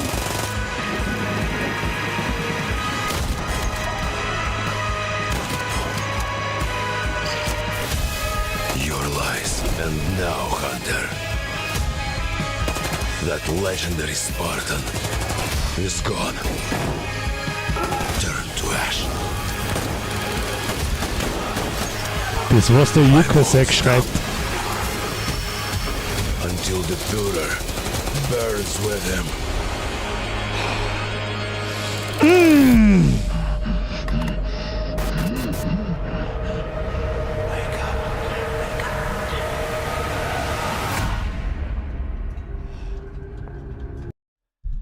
Oh. Diggi. Da weiß ich gar nicht, was ich sagen soll dazu. Ich weiß, wir hatten vor kurzem, das ist zwar wahrscheinlich auch schon wieder über 1,5 Jahre, aber egal, hatten wir Stalker 2. Das war auch nicht schlecht. Aber in Metro fühlt sich diese Sowjet Fallout Weltuntergangskacke einfach besser als in Stalker das war. Hab doch keinen Russen-Sepp rausgehört. Mit hätte ich ja das neue Fable-Stücke, aber schauen wir mal. Boah, da kann ich gar nichts damit anfangen. Aber das hier, das werden wir auch spielen. Kannst du Gift draufnehmen. 2027 wird richtig interessant bis jetzt. Da kannst du, ja, das schaut gut aus. Bis jetzt, was ich euch jetzt gesagt habe, wie gesagt, das sind die Sachen, die mich anstickern, wo ich sage, so mit, da bin ich mir relativ sicher, das wird gut. Und Metro 2039, wenn das wieder eine gute Story kriegt in diesem abgefuckten Universum mit wie Exodus war, bloß noch mal besser, kann mir hin. Postapokalypse taugt fast immer, das stimmt, aber es gibt einfach so die zwei Titel und Franchises, die da am besten außerstehen und es gibt einen Haufen Nachmacher und ich finde so, ich glaube Stalker war sogar vor Metro da, aber Metro setzt es besser um. Irgendwie. Die ganze Atmosphäre, alles so. Und ich glaube, in Stalker war ja auch bloß ein bestimmtes Gebiet so verseucht und so weiter, aber da ist ja die ganze Welt abgefuckt. Das macht auch noch ein bisschen was aus und so. Naja, ich glaube, Fable wird ein Vogue-Problem haben, außerdem wird es einfach nicht fertig seit Jahren. Das ist der nächste Grund, warum es mich nicht interessiert, ja. 2030 wird sie auch gut mit GTA 6.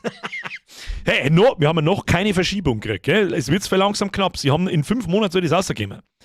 Jetzt wird es langsam, also wenn wir in die nächsten 2 Monate, die nächsten 8 Wochen, ich sage mal bis September oder im August nichts von GTA 6 Herren verschoben oder so, dann kommt's. Dann bin ich mir recht sicher, dann kommt's. Weil das, wenn es 4 Wochen vorher verschirmen, dann weißt du übrigens auch, dass das Spiel nicht fertig rauskommt, selbst wenn sie es noch 8 Mal verschirmen. Ob das noch was wird? Ja, abwarten. Abwarten. Herr Hegemann, was ist da los? März wird 20 Monate, Alter. Haut dritt, ihr Spacken. Ich hoffe, euch allen geht's gut. Ich weiß nicht, sagt es ihm. Mir geht's gut. Herr Hegemann, ich hoffe, dir geht's gut. Hauen Sie rein. ich bin aber unschlüssig, ob ich Sachen, ich weiß, dass es bei dir darf. Chernobyl Squad. Hauen Sie rein. Stalker holt mich irgendwie gar nicht ab. Mich eben auch nicht so. Das war ein cooles Spiel, brauchen wir nicht schmerzen, aber es hat mich nicht so abgeholt wie Metro. Genauso wie ich viele andere Postapokalypse-Spiele mit Zombies und Monster und Viecher und so weiter gespielt habe, aber keines holt mich so nach Hause wie Fallout zum Beispiel. Den Trailer von Sinking City 2 gesehen? Nein, ich muss auch ganz ehrlich sagen, das ist dieses Lovecraft-Tische Third-Person-Horror-Spiel. Ich bin der Meinung, es ist ein persönliches Empfinden, einfach so ein bisschen, diese ganze Cthulhu-Horror, Psycho-Horror-Geschichte finde ich ehrlich gesagt eher peinlich als gruselig. Ich weiß auch nicht warum. Kann ich nichts anfangen damit. Die kleine Miete schreibt, ey, Birger, verspätet, aber mei, was ist mit God of War Love, ey? Du meinst God of War Laundry. Mir holt die Metro auch immer gut ab.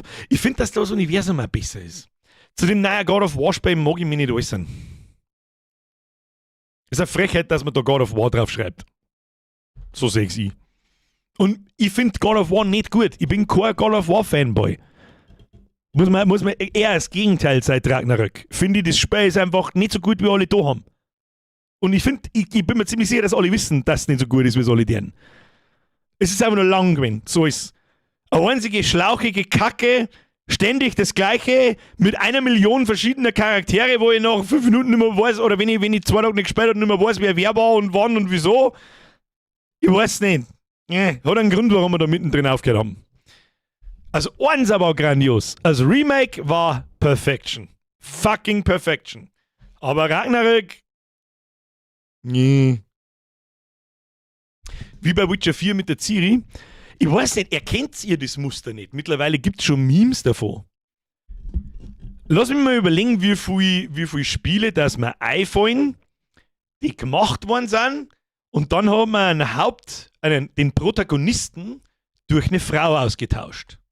Und dann erzählt mir irgendjemand, dass das keine irgendwie Absicht, politische, unterschwellige Message oder sonst irgendwas sein soll. The Last of Us. Joel umgebracht, Ellie Hauptcharakter. God of War. Seit Anbeginn der Zeit männlicher Hauptcharakter, männlicher geht's wohl gar nicht. Das ist ein Muskelprotz, der Götter tötet. Kommt die Tussi eine, seine Frau halt. Ja, schön, das mag schon eine Geschichte gewesen sein, wie ihr die kennengelernt habt, interessiert mich aber halt nicht. Ich will Kratos sein, ich will eine Axt, ich will dir den Schädel spalten. Ende der Geschichte. Fertig. Kein Mann jemals hat nach der Geschichte seiner Frau gefragt. Nicht einmal in seinem Leben. Bin ich mir sicher. Selbst God of War Fanboys nicht. So, wo haben wir das noch? Lass mich mal überlegen. Da muss ich mir fast das Meme hören, weil es mir selber nicht einfällt, weil es mein Hirn verdrängt. Pass auf.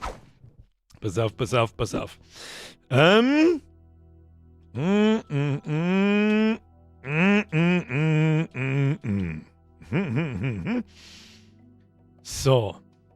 Ist klar, dass wenn ich jetzt danach suche, dass ich es nicht finde. Das ist eine sehr lange Liste. Der Geralt wird durch Ciri ersetzt. Joel wird von den anderen zwei ersetzt. Der Kratos wird von der Freya ersetzt. Ghosts of Tsushima wird... Ich hab's nicht lang gespielt, weil ich das Spiel auch total überbewertet gefunden habe. Da wird auch der männliche Hauptcharakter durch ein Weiberleid ersetzt. Was haben wir noch so? Uncharted! Da, richtig! Schau mal, ich schreibe einen Haufen Zeug rein. Wo ist denn das noch so? Und die Liste geht noch weiter. Nicht unendlich, natürlich nicht, aber sie geht nur Assassin's Creed. Aber haben wir da nicht schon einmal einen weiblichen Protagonisten gehabt? Da müssen die jetzt liegen. Ich glaube in einem Assassin's Creed in dem Athen oder wo man da war, Ägypten? Hat man da nicht auswählen können, ob man männlich oder weiblich spielt, dann ist es noch okay. Dann sage ich auch nichts. Aber wenn man halt ein Franchise hat, speziell jetzt wie beim Witcher, speziell wie, wo es wirklich krass wehtut, bei God of War, wenn ich da hergehe und den männlichen Hauptcharakter, der das komplette Franchise auf den Schultern trägt, durch eine Frau ersetze, dann ist es nicht aus Versehen. Okay? Da bin ich mir fast sicher. Und ich glaube, die God of War Entwickler hätten sich sehr viel Shitstorm ersparen können, wenn sie gesagt hätten, Leute, das ist eine Art Spin-off. God of War 3, wenn man so will, von den Remakes, kommt schon. Hat man aber halt nicht. In Assassin's Creed Syndicate, lustigerweise habe ich das auch gespielt, das ist in dem alten London, glaube ich, oder? Das ist so da wo man Zylinder aufhat. Ich weiß nicht mehr genau, wo es spielt, das ist 1000 Jahre her. Aber das, da hat man auch schon weibliche Charaktere spielen können, weiß ich nicht mehr. Es ist ja nicht, um das geht es ja nicht. Es gibt in Assassin's Creed eigentlich auch keinen männlichen Charakter, außer ein Ezio, Hetzadler, der das ganze Franchise tragt. Macht starke Frauencharaktere und lasst Gutes gut sein. Drachenlord durch Shoyoka ersetzt. Ukasek, stell der Stadt Doomgirl vor, da wird Hölle los. Ja, zu Recht, aber Wulfric! Joels Tod hätte man so gut verpacken können, aber nein, er wird einfach erschlagen mit ein paar Zeilen. Es war eine totale Rotze und dann zwingen sie uns diese ultra nervige Tussi zu spielen, reinster Abfuck. Um ganz ehrlich zu sein, da haben wir schon ein paar Mal drüber geredet, The Last of Us 2. Ich finde auch, dass ein Joel sein Tod, der hätte schon sterben können. Aber nicht in den ersten 2 Stunden und nicht so. Der hat so viele Sachen überlebt, die total geisteskrank sind und dann kommen die anderen Trottel und er läuft einer in die Falle hinein wie der letzte Idiot. Aber okay, das Spiel ist jetzt wie es ist. Jeder hat da gekotzt. Aber hier bei The Last of Us war es Absicht. Das Spiel soll dich als Spieler brechen. Und das hat es geschafft. Jeden Einzelnen. Und ich bin genauso da gesessen wie alle anderen. Wie, ich soll jetzt mit der Abby spielen? Bist du besoffen? Aber dann spielst du mit der Abby und fangst an, langsam aber sicher die Ellie zum Hassen. Und das muss ein Spiel erstmal hinkriegen. Deswegen bin ich da nicht so sauer drauf. Aber ich bin auch trotzdem sauer, dass ein beliebter Hauptcharakter in den ersten 2 Stunden generell umgebracht wird. Natürlich wird er lästig. Und dann muss ich mir diesen Lesben-Scheiß da geben. Da kriege ich einen Vogel. Das ist nichts zur Storybeitrag, das interessiert keinen. Aber es muss natürlich sein. Gonna be a dad. Oh Gott im Himmel, Alter. Ja, weil soll ich nicht ganz sauber sein. Aber das ist wieder ein anderes Thema. Lara Croft. Stimmt, warum wird denn Lara Croft eigentlich nicht zum Lars Kraft? Warum denn nicht? Verstehe nicht. Wieso kann man doch nicht auch mal. Also ich bin jetzt schon ein wenig enttäuscht. So, ich bin überhaupt nicht repräsentiert in der Tomb Raider Serie. Überhaupt nicht. Da bin ich nicht. Wieso kann ich da keinen alten, weißen, borterten Fettsack spielen? Warum nicht? Mi. Ein Larry Croft.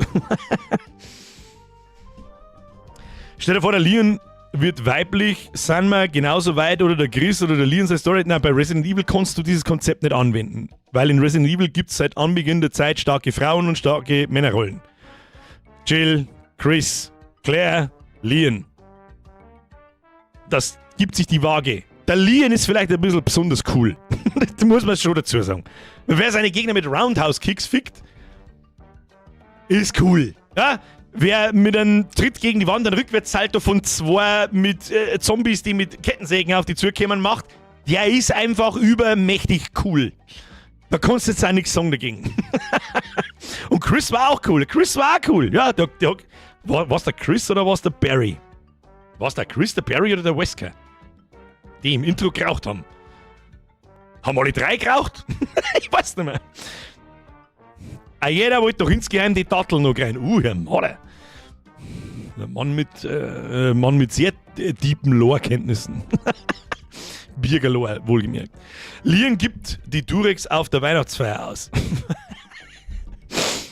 Der gute alte Roundhouse-Kick. Das sagt leider nicht viel aus, wie wir es ja wissen und oft genug gesehen haben. Das wird nicht passieren. Und von Capcom schon gleich 5-mal nicht. Das ist das Gute an Japan. Die haben da herum noch einigermaßen alles beieinander und die sagen, was? Nein, du kannst nicht einfach umbauen zu einem Weiberleid, du Trottel.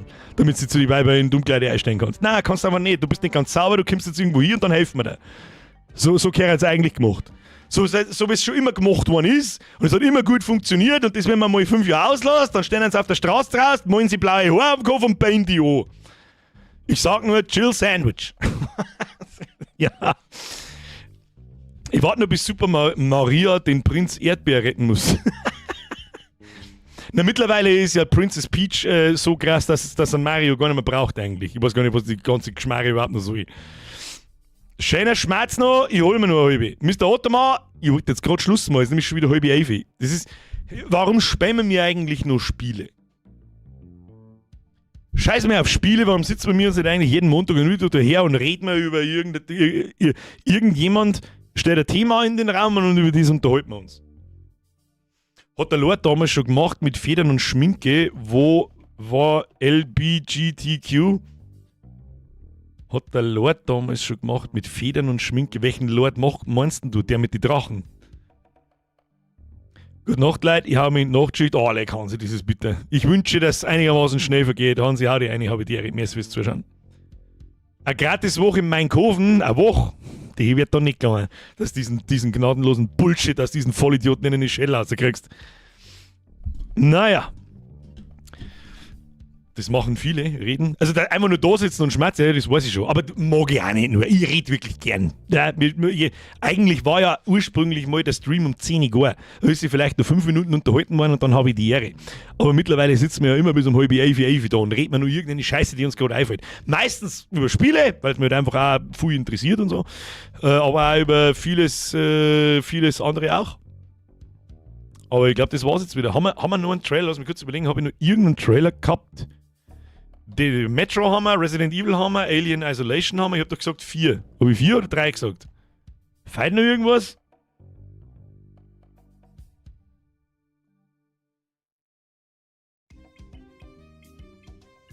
Ist kein Trailer nicht gekommen, nichts Neues. Der Doom The Dark Ages DLC, den habe ich gesehen, aber das war es nicht. Until Dawn war nicht am Wochenende, das war in der State of Play eine Woche vorher. Zu Ill haben wir nichts Neues gesehen, oder? Ursprünglich war Streambeginn Freitag um 14 Uhr. Das stimmt allerdings. 4 irgendwas mit Star Wars, glaube ich, war es am Montag. Du meinst, shit, ich habe einen Titel vergessen, wie er heißt, aber dieses XCOM-Spiel, dieses XCOM-Spiel im Star Wars-Universum, das war es aber auch nicht. Nur Souls-like? Nein, auch nicht. Transport Fever? Nein, auch nicht. Habe ich jetzt irgendwas über Resident Evil? Deswegen, ich war gleich so begeistert, weil am Freitag ist das losgegangen und dann war das erste der Resident Evil Trailer, dann der Alien Isolation 2 Trailer und dann ist nur noch Scheiße gekommen. Ja genau, dann der Wipeout, das neue Gears du Noob, das habe ich natürlich im Kopf, aber das interessiert mich nicht. Der Hellboy schreibt, Diablo 4 ist doch auch irgendwas Neues gekommen, aber das ist auch schon wieder 6 Wochen her oder so. Der Gate Guard Simulator, nein, da war auch kein Dings dabei. Warhammer, The Wolf Among Us, nein. Also ja, The Wolf Among Us interessiert mich tatsächlich, aber das ist jetzt nicht so, dass ich, wow, leck, voll geil, oder? Warhammer? Ist von Warhammer was gezeigt worden? State of Decay 3 war es auch nicht. Warhammer 40k 11. Edition? Na, wie heißt das neue Vampirspiel? Kommt am 3. September, das weiß ich. Blood of the Dawnwalker, glaube ich, heißt es. Andi Mizi. Irgendwas Nice zu GTA 6? Nein, ich habe meine Mom gestern drüber aufgeklärt, was GTA ist. Jetzt hat sie auch Bock drauf, dass sie sich so schaut. Wie schaut es denn eigentlich mit dem CS-Turnier aus, wo du mal gesprochen hast? Wie oft haben wir da in der letzten Zeit drüber gesprochen? Ich glaube, da haben wir zu wenig Counter-Strike-Spiele in der Community. Das ist keine gute Idee. Da warten wir auf War Dogs. Da können wir uns zu 30, 40, 50 auf den Server hauen und Blödsinn machen. Palworld, nein, war es auch nicht. Stellar Blade war es auch nicht. Dann war es vielleicht. Vielleicht waren es bloß 3 und nicht 4. Aber irgendwie habe ich im Kopf, dass ich irgendwas übersehen habe. Nein, ich glaube, das war's. Sind wir mal zufrieden, dass es wenigstens überhaupt 3 Spiele waren. Weil sonst habe ich wirklich nur sehr viel Scheißdreck gesehen. Sehr viel Scheiße. Sehr extrem viel Scheiße. Bei Warhammer kommt Dawn of War 4, schreibt der Joachim, das ist richtig. Das ist das alte RTS-mäßig. Da bin ich gespannt drauf, weil Dawn of War 2 war super geil. Das war wie da habe ich mir mit dem Flash sogar das 3er gekauft, die hatten das geheißen Company of Heroes. Somit da hast du nicht einzelne RTS-Einheiten, sondern ganze Squads und du kannst da in Deckung gehen und keine Ahnung, was alles machen und hast nicht so viele Einheiten zum gleichzeitig Micromanagen. Und es würde mich interessieren, ob das in Dawn of War 4 auch wieder so wird. Bin mir nicht sicher, ich glaube aber leider nicht. Und im Warhammer-Universum kommt das werden wir auch hier drin spielen. Wenn es wahrscheinlich auch sehr trocken wird, ist mir aber scheißegal, für 2 Streams gelangt schon. Und zwar Total War Warhammer 40k. Da auf das habe ich auch richtig Bock. Aber da gibt es keinen Trailer nicht. Also da hat es jetzt am Wochenende nix Neues mehr gegeben. Tschui! Merci für den Resub und sind wir 20 Monate. Assassin's Creed Codename Hexe vielleicht. Du meinst Amsterdam 1666. Das schaut vom Feeling her gut aus, aber ich check nicht, was das für ein Spiel sein soll. Da werde ich mal gepflegt abwarten, bis es rauskommt, was das eigentlich ist. Merci für den Resub. Philipp, merci für 36 Monate. Grüße aus der Nachtschicht. Pfui, teilweise so wie Nachtschichtler. Was ist mit euch dabei? Ja, und deswegen gehe ich jetzt ins Bett. Das ist 11:30. Grüß mich in Danke fürs Zuschauen. Meine sehr verehrten Damen und Herren, vielen Dank für Ihre Aufmerksamkeit. Schade, dass Monkey Island ein Riesenschrott ist. Bis jetzt. Wenn das Spiel in einer Stunde nicht schafft, dass es mir einigermaßen catcht, dann muss es leider gehen. Aber das war eher eine Höllenqual, als dass das Spaß gemacht hätte. Was soll ich machen? Das tut mir etwas leid. Dafür spielen wir mir nächste Woche Crushed in Time, das neue Spiel von There Is No Game Entwickler-Typen und so. Dann ist es gleich viel besser. Und nächste Woche am Montag spielen wir mit James Bond weiter. Da freue ich mich auch, weil das hat wirklich einen guten Eindruck gemacht. Und dann der Risung, bedanke ich mich für Ihre Aufmerksamkeit. Ich hoffe, Sie hatten einigermaßen Spaß. Ich hatte Spaß. Es ist schon wieder einfach 3/4 und ich weiß nicht, wann es das one ist, aber hilft das sowieso nicht. Vielen Dank fürs Zuschauen, vielen Dank für die ganzen Resubs, vielen Dank für die ganzen Donations, vielen Dank für die ganzen Geburtstagsglückwünsche. Und wir sehen wir uns nächsten Montag erst wieder. Wir haben im Endspurt zur Sommerpause. Ich möchte nur mal kurz erwähnen, dass ich da selber meinen Schädel reinkriege. Wir sehen wir uns das letzte Mal am 29. Juli. Da ist noch ein bisschen ist er noch hin. Ich glaube, 7 Wochen haben wir noch. Ja, bis dahin. Aber dass wir es langsam einmal, ich weiß das schon, so in diese Richtung hintüdeln, damit wir uns mental darauf einstellen, dass ich im August nicht da bin. So, dann sage ich Dankeschön. Triple F für die Moderatoren. Ein klassisches Hashtag Schötrapse ab in den Chat und wer den mitmacht, dessen Charakter wird in einem Videospiel verarbeitet und extra ugly gemacht. So. Und jetzt schleichen wir uns davon. Leute, Dankeschön fürs Zuschauen. Schleichen Sie sich davon. Es war mir ein Fest. Bis nächsten Montag. Vorab ein schönes Wochenende. Muss klar. Das Roguelite von RE9. Ah, du meinst den DLC, der da gekommen ist?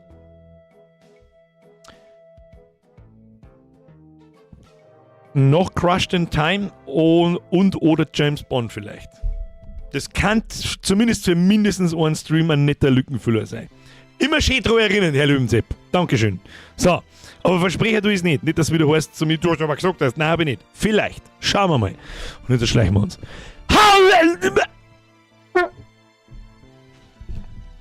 Halt's da mal dein Maul, du Nogger. Bis zum nächsten Mal.